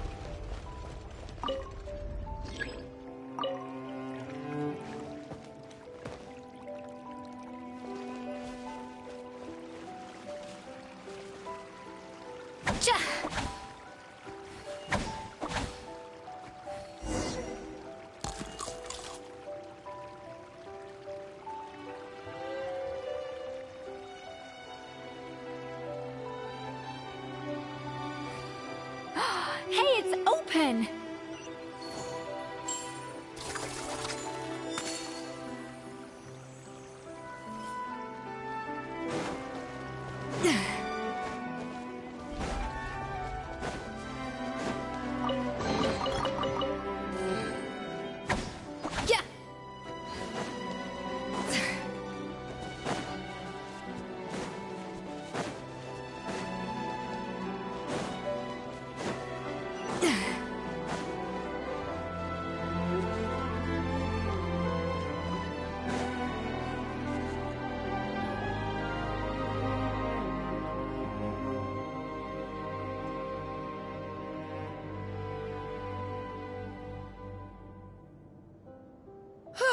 Hey, give me your water. Here.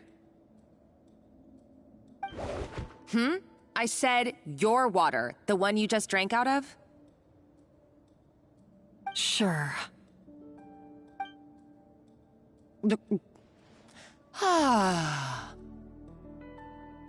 All those years slaving away under Escoffier, and then you. Today, it's finally paying off.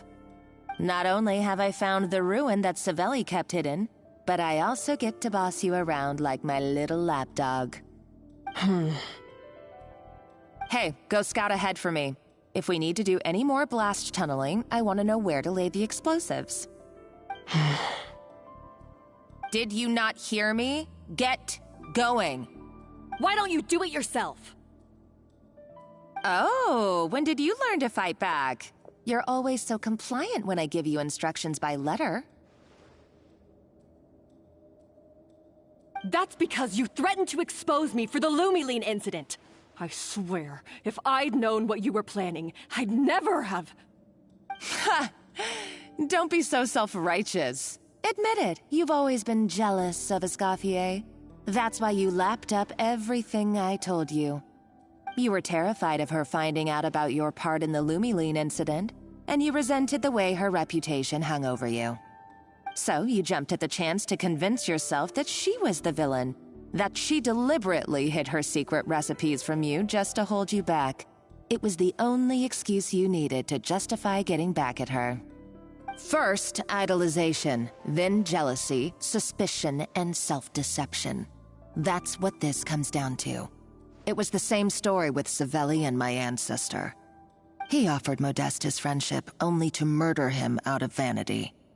He promised to explore the world with him, only to later destroy all records of their adventures.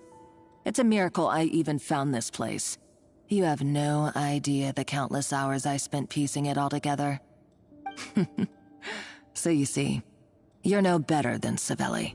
If you can't beat him, betray him, right? I am no Savelli, nor will I ever be. Oh, put a lid on it. You really think you can absolve yourself of your vindictive and jealous behavior now? Just because you finally realized that Escoffier never kept any secrets from you? You didn't show any remorse when she left, or in the cooking contest. Why start now? You have no right to redemption.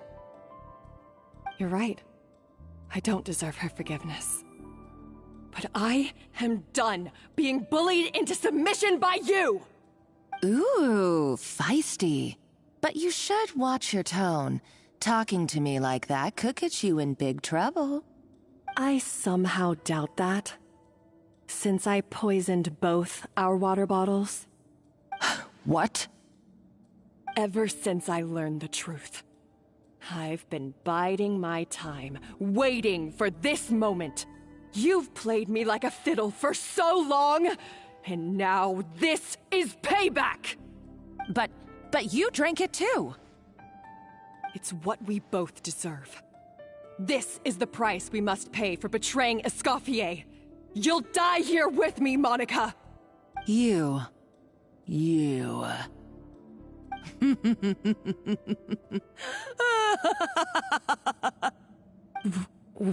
What's so funny? Oh, you're too much. I thought I'd play along for a bit just to amuse myself. You gave a very rousing performance. I saw your dumb plan a mile off. There's no poison in these bottles, just clean, fresh water.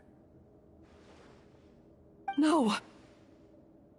Revenge is a dish best served cold, you know? Did you really think your half-baked plot would fool me? You're a lousy chef, and you make a lousy villain, too. A complete waste of space. No wonder you never amounted to anything. Everything I ever did was a failure. And now, I failed again, for the last time. Hey, why don't you try your hand at being a comedian in your next life? You got a good laugh out of me. But now the show's over. You should have just done like I asked, Savannah. All I wanted you to do was scout the ruins for me. But you had your chance, and now it's time to say goodbye. Stop right there! Let her go, Monica! We've got you surrounded! Escoffier? Ugh, looks like I'll have to keep you around for a little longer. You can't! Stay back if you want her alive! Escoffier and the Traveler. I can't take you both on in combat, but if you so much as flinch, I can end Savannah's life in a heartbeat. Monica, what are you hoping to achieve by this? You're about to commit murder, and for what? A recipe? A recipe? You chefs are all blinded by your myopic focus on kitchen affairs. Well, some of us actually have bigger fish to fry. Modeste had a secret. The truth behind his so-called genius, the je ne sais quoi factor in his Gâteau de Bourg, and it's right here in these ruins. Are you serious? You're here because of a Gâteau de Bourg obsession? You've gone completely mad! I couldn't care less about the cake itself. No, the real treasure is the secret ingredient that Modeste sourced from these ruins. He and Savelli were fools. A priceless treasure of Remoria in the palms of their hands, and they thought, ooh, this would go great in our cake mix. We're talking about a powerful stimulant that also sharpens the senses. That's no cooking ingredient. It's a groundbreaking drug. That's right, I've done my research. It was a drug that Remoria developed for their war machine. I could make a killing by selling it to the treasure hoarders or the Fatui. Will you listen to yourself? You're completely delusional. My eyes are wide open. Just wait till I get my hands on this treasure. You'll see what a fool you've been.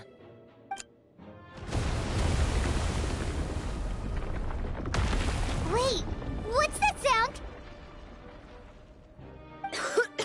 Just when I thought she couldn't get any crazier.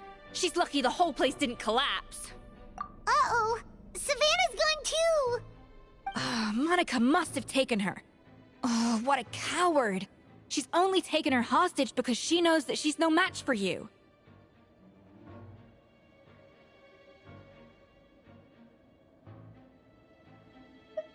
That's true. Even if she finds the treasure, she'll need Savannah alive if she wants to get out of here in one piece. Oh, well, our path's been blocked, so let's look for another route.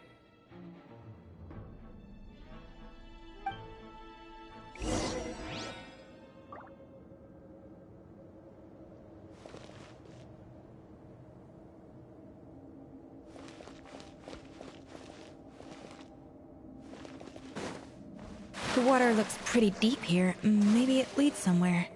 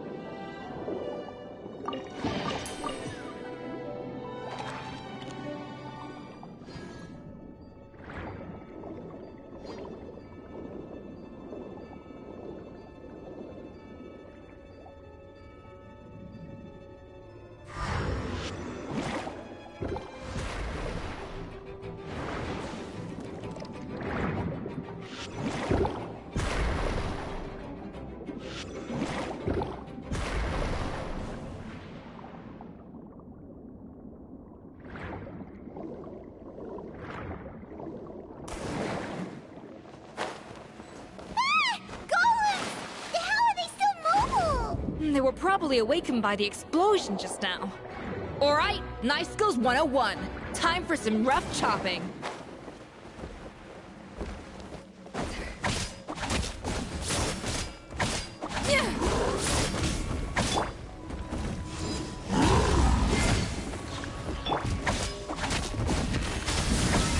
The audacity!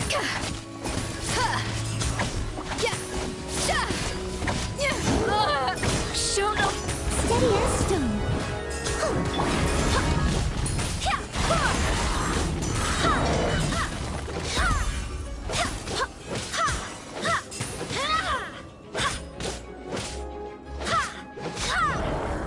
Barbados, guide us.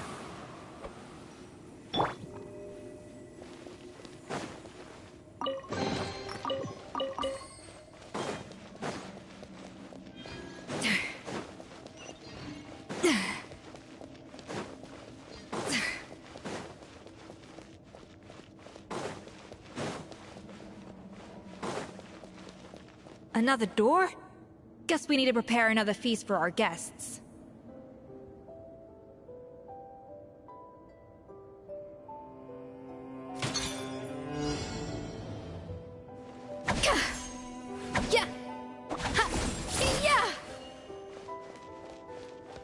A little amuse-bouche!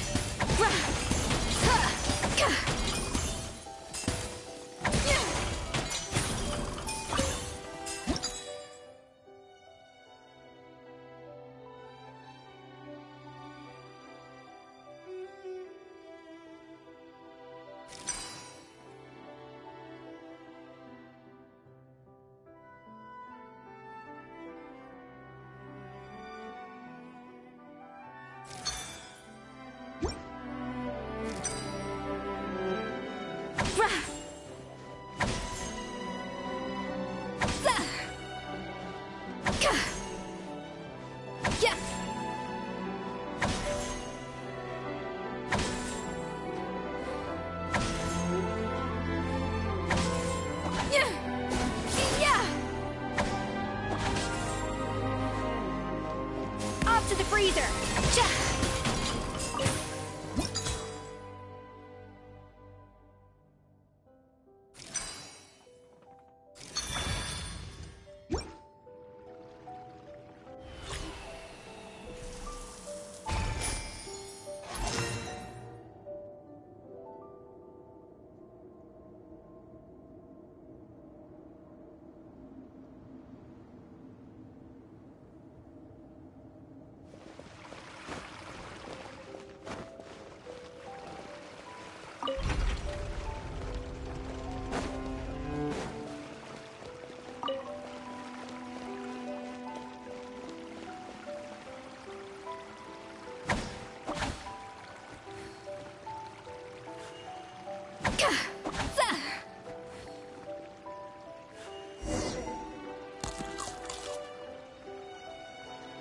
It seems to really like the texture of Rome Maritime flowers.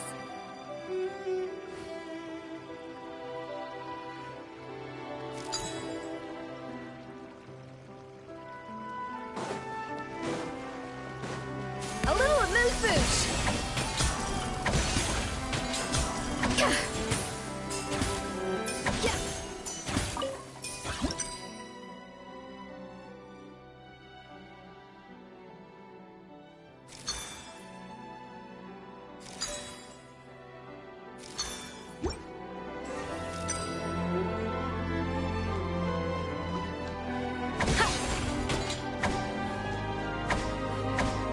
Adaptive frosting!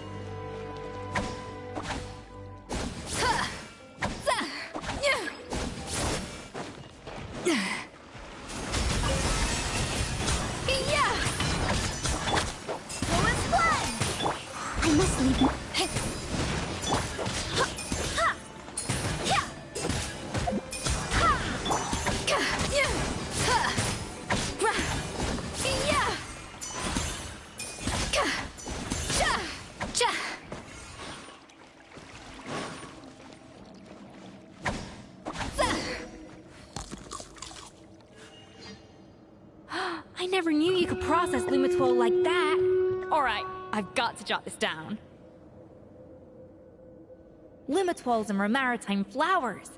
This could open the door to a whole new world. Yep, that's literally the plan. Wait, hold on. Which door are you talking about?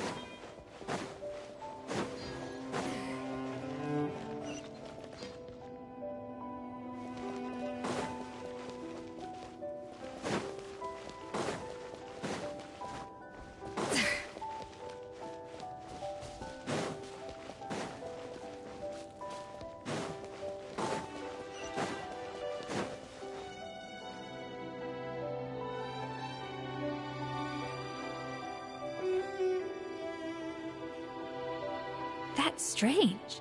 These don't look Grimoirian to me. More like last century Fontaine.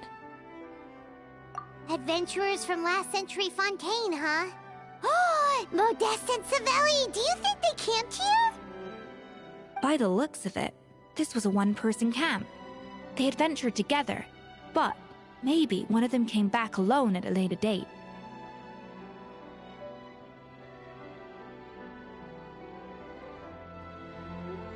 Huh, you really think so?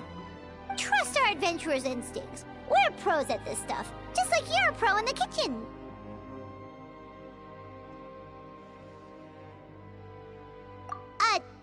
Okay, well, the Traveler has more adventuring experience overall, but Paimon's definitely a pro rummager from all those treasure chests.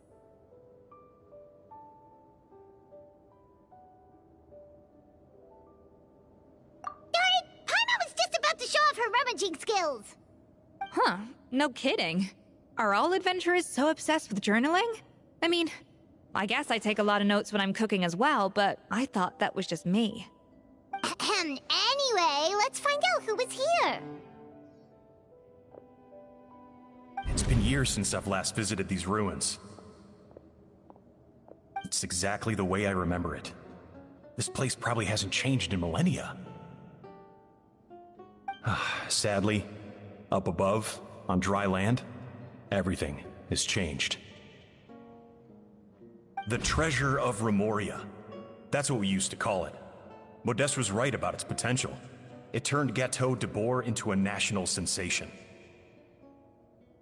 Our limited stock of the substance meant that the gâteau could only be produced on a small scale, but this only drove up the popularity all the more. Modeste was right about that too. He predicted all of it. He was praised as a genius, while I, as the one person who'd ever disagreed with him, was labeled a talentless fool. Modeste tried his best to console me, but I knew better than anyone just how great the gulf was between us. Our conversations grew scarce, and we saw less and less of each other. I didn't fight it. He had new friends and a career of his own. Why invite further disdain by inserting myself where I did not belong? I told myself that maybe one day, when I finally created a masterpiece of my own, I'd be able to face him without shame. Or maybe one day, when I've put these feelings of self-loathing behind me, I'd be able to ask him with a smile on my face, how about we go on one more adventure, for old time's sake? Unfortunately, that day will never come. So it was Savelli. From the sounds of it, he came back after Modeste had already died. I always thought it was just a legend. But if it's true, then this must be the place where they found their secret ingredient, the birthplace of Gâteau de Bourg. In that case, what does that say about the death of Modeste? If it's all true, maybe Savelli really did have something to do with it.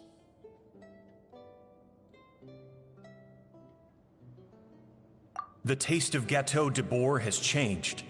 Modeste was convinced of this, even though everyone swore they couldn't tell. Being the perfectionist that he was, he refused to accept even the slightest flaw in his work. He stopped all sales of the product, locked himself away in the kitchen, and worked day and night, vowing to find out where he had gone wrong. But as he baked and taste tested over and over again, he found he only strayed further and further from the original taste. It was only when he was sipping on coffee one day and realized he could not taste the bitterness that the truth finally dawned on him. What had changed was not the gâteau, but his sense of taste. The treasure of Remoria stimulates the senses, taste included, and invigorates the spirit. In the short term, it offers people the ultimate gourmet experience, but in the long term, it dulls their senses entirely. In hindsight, it made perfect sense. After all, why would a culture that sought liberation from the constraints of their bodies care for the loss of their senses? But we realized it too late. We were just too late. Over the course of his many culinary experiments, Modeste exhausted the remaining supply of the treasure of Remoria. He consumed it all himself. The finest culinary talent of his generation now faced a future in which he would never be able to taste anything ever again. Finally, in despair, he took his own life. And because we had become estranged, I could not be there to stop him, to offer some words of comfort, or even to say goodbye. Yet despite everything, he sent me his final letter. The treasure of Remoria? Guess Monica was really onto something. It really was a kind of drug. So, Modeste chose to end his own life. Then, why all the rumors that Savelli murdered him? Also, neither the Codex nor any other contemporary records make any mention of the treasure of Remoria. It's almost as if someone deliberately erased it from history. Modeste told me everything in his final letter. His was a tale of how even a genius could fail, and how much more devastating it is when it happens. Did he hope I would gain some personal catharsis from knowing the truth? Or maybe he wished for me to warn the public about the dangers of Gâteau de Bourg, proving that I had been right all along. But if the public ever learned how Modeste's greatest triumph became his undoing, his fall from grace would be swift and merciless. 1 minute a genius, the next a joke. It would surely spell the end for his restaurant, too. What would be his legacy then? How would future generations view everything we built together? I fear the scorn I have faced these last years would pale in comparison to the scorn shown to him by the history books. I cannot let that come to pass. I will do what I must to protect his name. It will mean tampering with his notes to remove the damning details, leaving mere fragments of our story behind. It may lead his family to suspect me of having a hand in his demise. But if that's the price of destroying all evidence of my crimes, then so be it. I would rather the world believe a tale of genius and jealousy than see his reputation in tatters. The final loose end is the evidence here, at the bottom of the sea.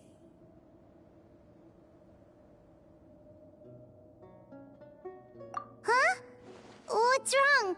Didn't we say Savannah should be safe for now? So we thought, but if Monica finds out what happened to the treasure, there's no telling what she might do.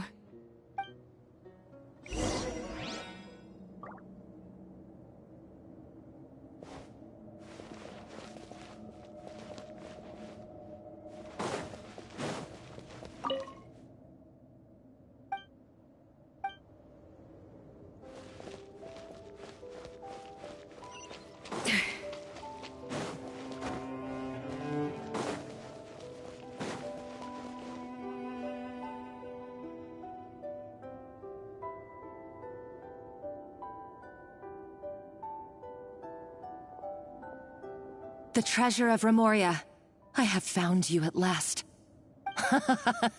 Savelli, you tried your best to bury the truth, but you underestimated the children of Modeste. Some fragments of his diary escaped your clutches, and we have held on to them for generations. But I have to thank you too, Savannah. Without your help retrieving the codex, and with it the last piece of the puzzle, I may never have found this place. But now, finally, the secret to Remoria's military might is within my grasp. The treasure of Remoria is mine! Oh. It's empty. It's empty? Monica? Oh, we were seconds too late. Escoffier? What's the deal with that jar? Savelli's final act! He wanted to conceal the secret of the treasure forevermore and make sure it would never harm anyone again. So he came here after his friend's death and destroyed every last shred that remained. This can't be happening. All the years I spent piecing together the truth. All my painstaking planning. All that for an empty jar? Monica, don't do anything stupid. This ruin is more dangerous than you realize. Oh, shut your pie hole! Praise be to Lord Remus. You barbarian shall be slain.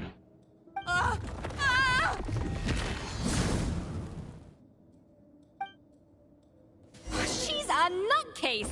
A liability to herself and everyone else! Well, now it's up to us to clean up the mess she's made. Take these golems out!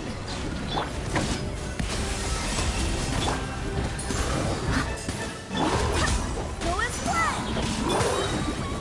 Let it rain!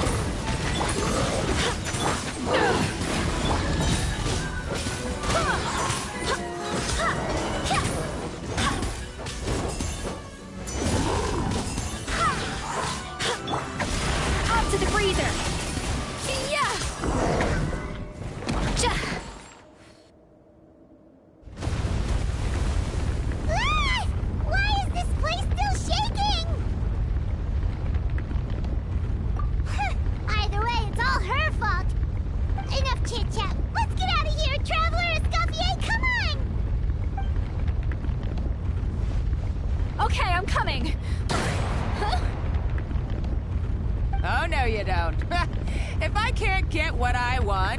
will any of you. I've got nothing to show for my life's work so far. But if I can take another so-called genius down with me in my final moment, then it was all worth it. You're a psycho!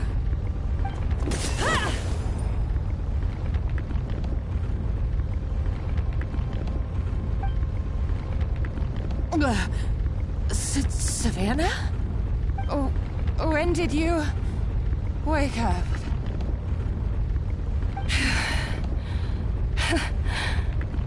I may be a lousy chef, but it looks like I'm not a complete waste of space.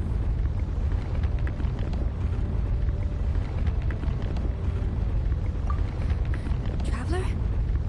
Okay, let's go!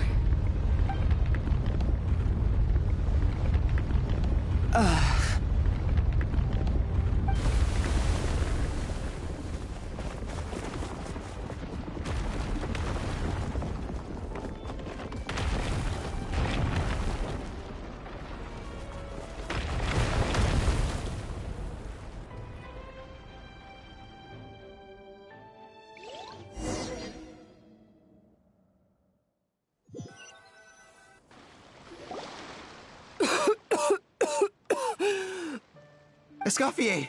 Savannah! Traveler! And Paimon! Venejem! What are you all doing here? What did you expect us to do? Stay at the restaurant and sit on our merry derrieres? While the Traveler and Escoffier were out here risking their lives? We had to do something. Even though that something ended up being, well, waiting for you here instead. I don't deserve any of you. And I certainly don't deserve to be your head chef. It was my fault Escoffier had to leave. Then I couldn't live up to her standards. I acted like a tyrant in the kitchen. And now I almost got myself killed. Come back, Escoffier. Come and be our head chef again. I'll never be able to replace you. Okay, so everything I said to you the day I left, it just went in one ear and out the other? Huh? Sorry, I was kinda in my own head at the time. All I could think about was the Lumiline situation. What was it you said again? Forget it. It doesn't matter. Anyway, I didn't leave this job because of you. And you're not nearly as awful a chef as you think. If you were that bad, why would all your staff show up here for you? Escoffier's right. Sure, you nitpick our work and get us to do things over a lot. But when it comes down to it, you're the one who's always doing whatever it takes to make sure the customers get served on time, every time. Things were pretty rough after Escoffier left. And Savannah's the only reason we've been able to make it through. Our customers know that Escoffier doesn't work for us anymore. But the fact is, they keep coming back. If that's not an endorsement of your work, I don't know what is. At the end of the day, we're all human, and we all make mistakes. All we can do is recognize where we get it wrong and do our best to improve. That's all that's humanly possible. No, I get what you're saying, but what I did to Firmont and to Escoffier, it's unforgivable. Well, about that, there's someone else here to see you, Chef. It's been a while, Chef Savannah. Firmont? I'm so sorry. I put far too much pressure on you. And the way I stubbornly refused to go and see you after you fell ill. There's no excuse. But I'm too late, aren't I? The damage is done. I heard that you can't even hold a kitchen knife anymore. Actually, I think I'm going to be just fine. Huh? We thought Firmin's problem was purely psychological in nature. But after the threat letter came to light, it got Firmin thinking. And then He remembered the tea that Monica used to give him every night. And as it turns out, she was lacing it with Lumaline the whole time. No way! Doesn't that cause nerve damage? It can. High doses pose a risk of serious nervous and sensory complications. But if you calculate the dosage carefully, you can control the extent of its effects. A small dose might simply make a person more emotional, whether that means more fragile or more hot-tempered. No wonder it seemed like you'd lost your edge. I asked my friends at the Fontaine Research Institute about it. They said that with the low dose I was taking, the risks are pretty small. They also fixed me up with some meds and said I should recover in no time.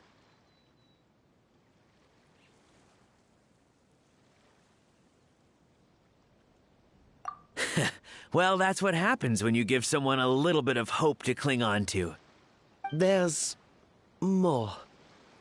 We believe that Firma was likely not Monica's only victim. You mean she poisoned me too? Oh, so that's why Savannah's been so irritable this whole time! Let's not be too quick to blame everything on the Lumaline. That stuff can only amplify what's already there. So tasty food will seem like the most delicious thing in the world, while food you don't particularly care for will become utterly revolting. So you better make sure you reflect on your behavior and apologize to every single person you've wronged. I will.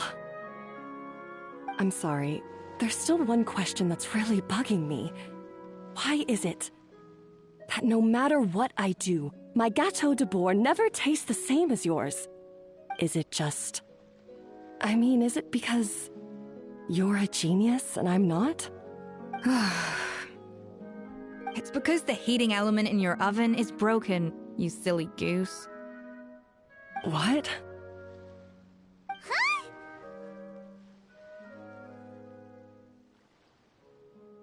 I felt like something was off during the cooking contest. Once I got around to checking all the equipment, I noticed it right away. There was a half-degree discrepancy between the temperature setting and the actual temperature. All the ovens in the whole kitchen had the same problem, which confused me at the time, but by this point, it's pretty obvious that Monica must have tampered with them. I would have figured it out the day of the bake-off, since the issue affected both our teams. But of course, Monica sabotaged mine so that could never happen. No. I spent so long trying to find out where I was going wrong, and then you pinpoint the problem in just one night? It all comes back to one simple, undeniable truth. You're a genius, and I'm just plain old Savannah. Oh, cut it out! Stop the woe is me act for a second and just think. I came up with this recipe. You don't think that might have something to do with it? Do you know how long I spent perfecting my Gâteau de Bourg? 3 years! 3 whole years! I know this dish inside out, back to front and upside down. And you've been head chef now for what, 6 months? If that? A couple hundred failed attempts, and you're gonna throw in the kitchen towel? And declare you'll never be successful because you're not a genius? You clearly have no idea how many kitchen failures I've had under my belt, or just how long it took me to finally get my recipe to a level I was satisfied with. Genius or not, everyone makes mistakes. Modeste did, Savelli did, everyone does. You're only a lousy chef if you don't face up to your mistakes, learn from them, and then keep chipping away until you crack the problem once and for all. Surely you haven't forgotten all that. You were no lousy chef back when I handed you the reins. I haven't forgotten. And I'll make sure I never do. That's our head chef.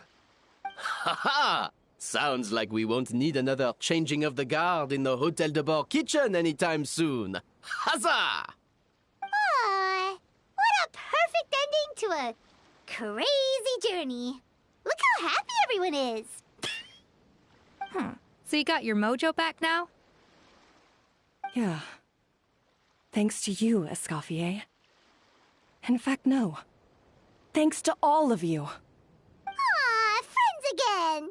So nice to see them finally settle their beef.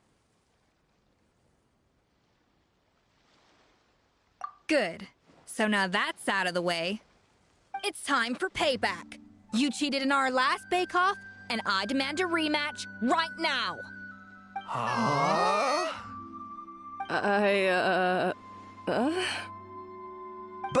But that was mostly Monica's fault, wasn't it? Right. And also, does it have to be right now? Savannah's only just got her mojo back, and you barely escaped from a death trap. No excuses. This is a cooking contest between two top chefs, and nothing will stand in its way. So grab your spatula and get ready, because this rematch is happening today. Right now, this instant. Hey, so, this whole time you were salty about losing? The second cooking contest commences now! This time, no more games, and no holding back!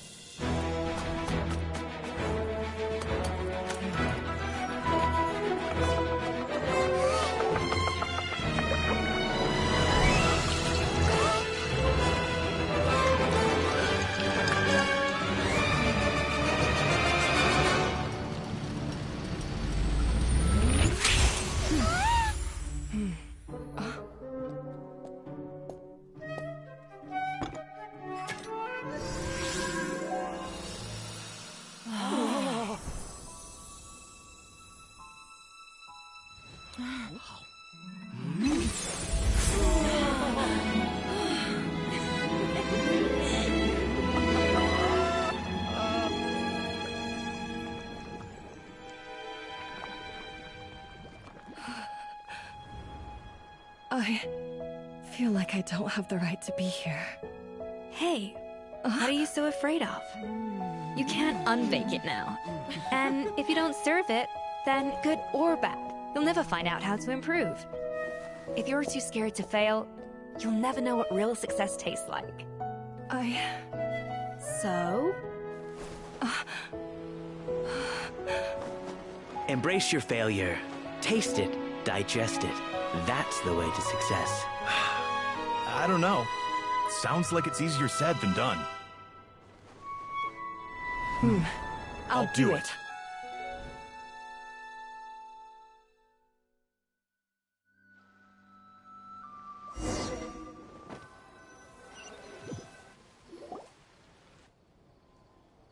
The results are in!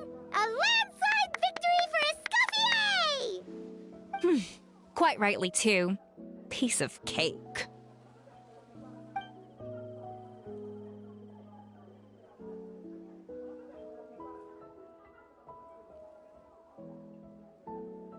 Oh yeah, look at that!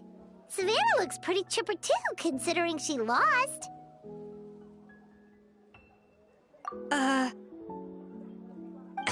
Now, where were we? Yes. Do you have any more questions for me after everything that's happened?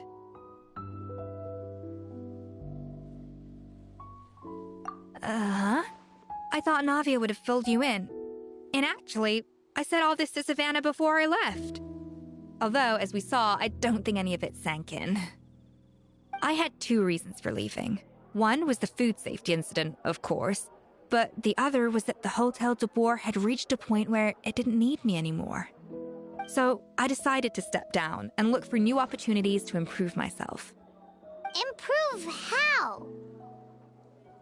Well, a while back, I got to know a fellow chef from Liyue, and in her, I saw so many new possibilities. She has that same adventurous spirit that Modeste and Sibeli had in their youth.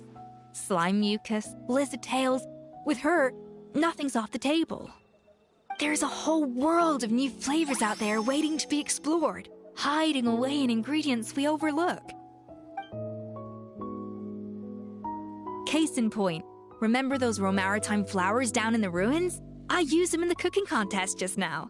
Did you taste the difference? What? Paimon didn't notice at all. Half of the art of cooking is dissecting the recipes of previous chefs and figuring out the exact constellation of elements that gave their work its signature taste. And the other half, it lies in freeing yourself from the confines of the kitchen. You've got to go out and explore the endless possibilities out there. Uh-oh. Paimon's suddenly not sure she wants to try your cooking anymore. Don't worry, it's not going to be a free-for-all like in Modeste's time. Before I put anything into my food, I'll obviously do my research, make sure it doesn't contain any harmful substances. In the meantime, take this. It's a recipe for Petit Gâteau de Bourg revised version. I tweaked it to suit your needs as busy adventurers. Hope you enjoy, and remember, feedback is always welcome. All right! So, do you ever see yourself returning to Hotel de Bourg? Oh, of course. I've already promised Banishem that I'll come back every once in a while to make sure the quality of the food remains at an acceptable level. You know, Paimon's still a little disappointed that we never got to see the treasure of Remoria. Surely Monica wouldn't have gotten drawn in so deeply if it wasn't for all the mystery surrounding the original Gâteau de Bourg. She practically dedicated her life to finding the lost pieces of Modeste's diary, then went to all that trouble to infiltrate the Hotel de Bourg. And in the end, it was all for nothing.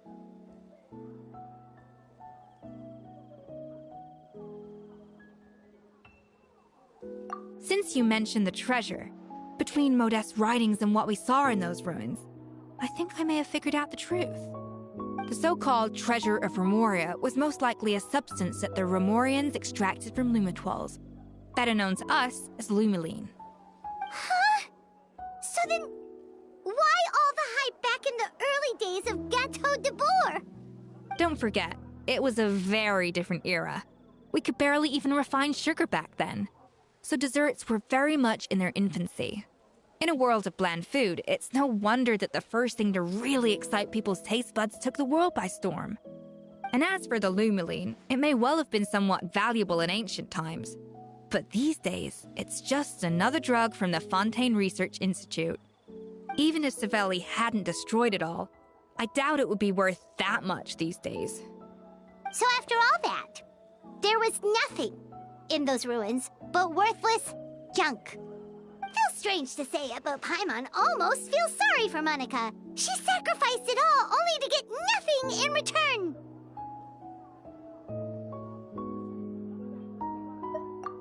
Hey! Huh? Navia? You just got back from that underwater ruin, right? Well, check it out. They ran a special issue. Did you see anything like this down there? Freshly unearthed from the ruins of Remoria. A magnificent jar thought to be over 1,000 years old. Experts say it has immense artistic and historical value. It could be worth an absolute fortune. Wait, isn't that the jar they used to hold the treasure? If only it was still in one piece. Some butterfingers must have dropped it or something. Ugh, it's such a shame.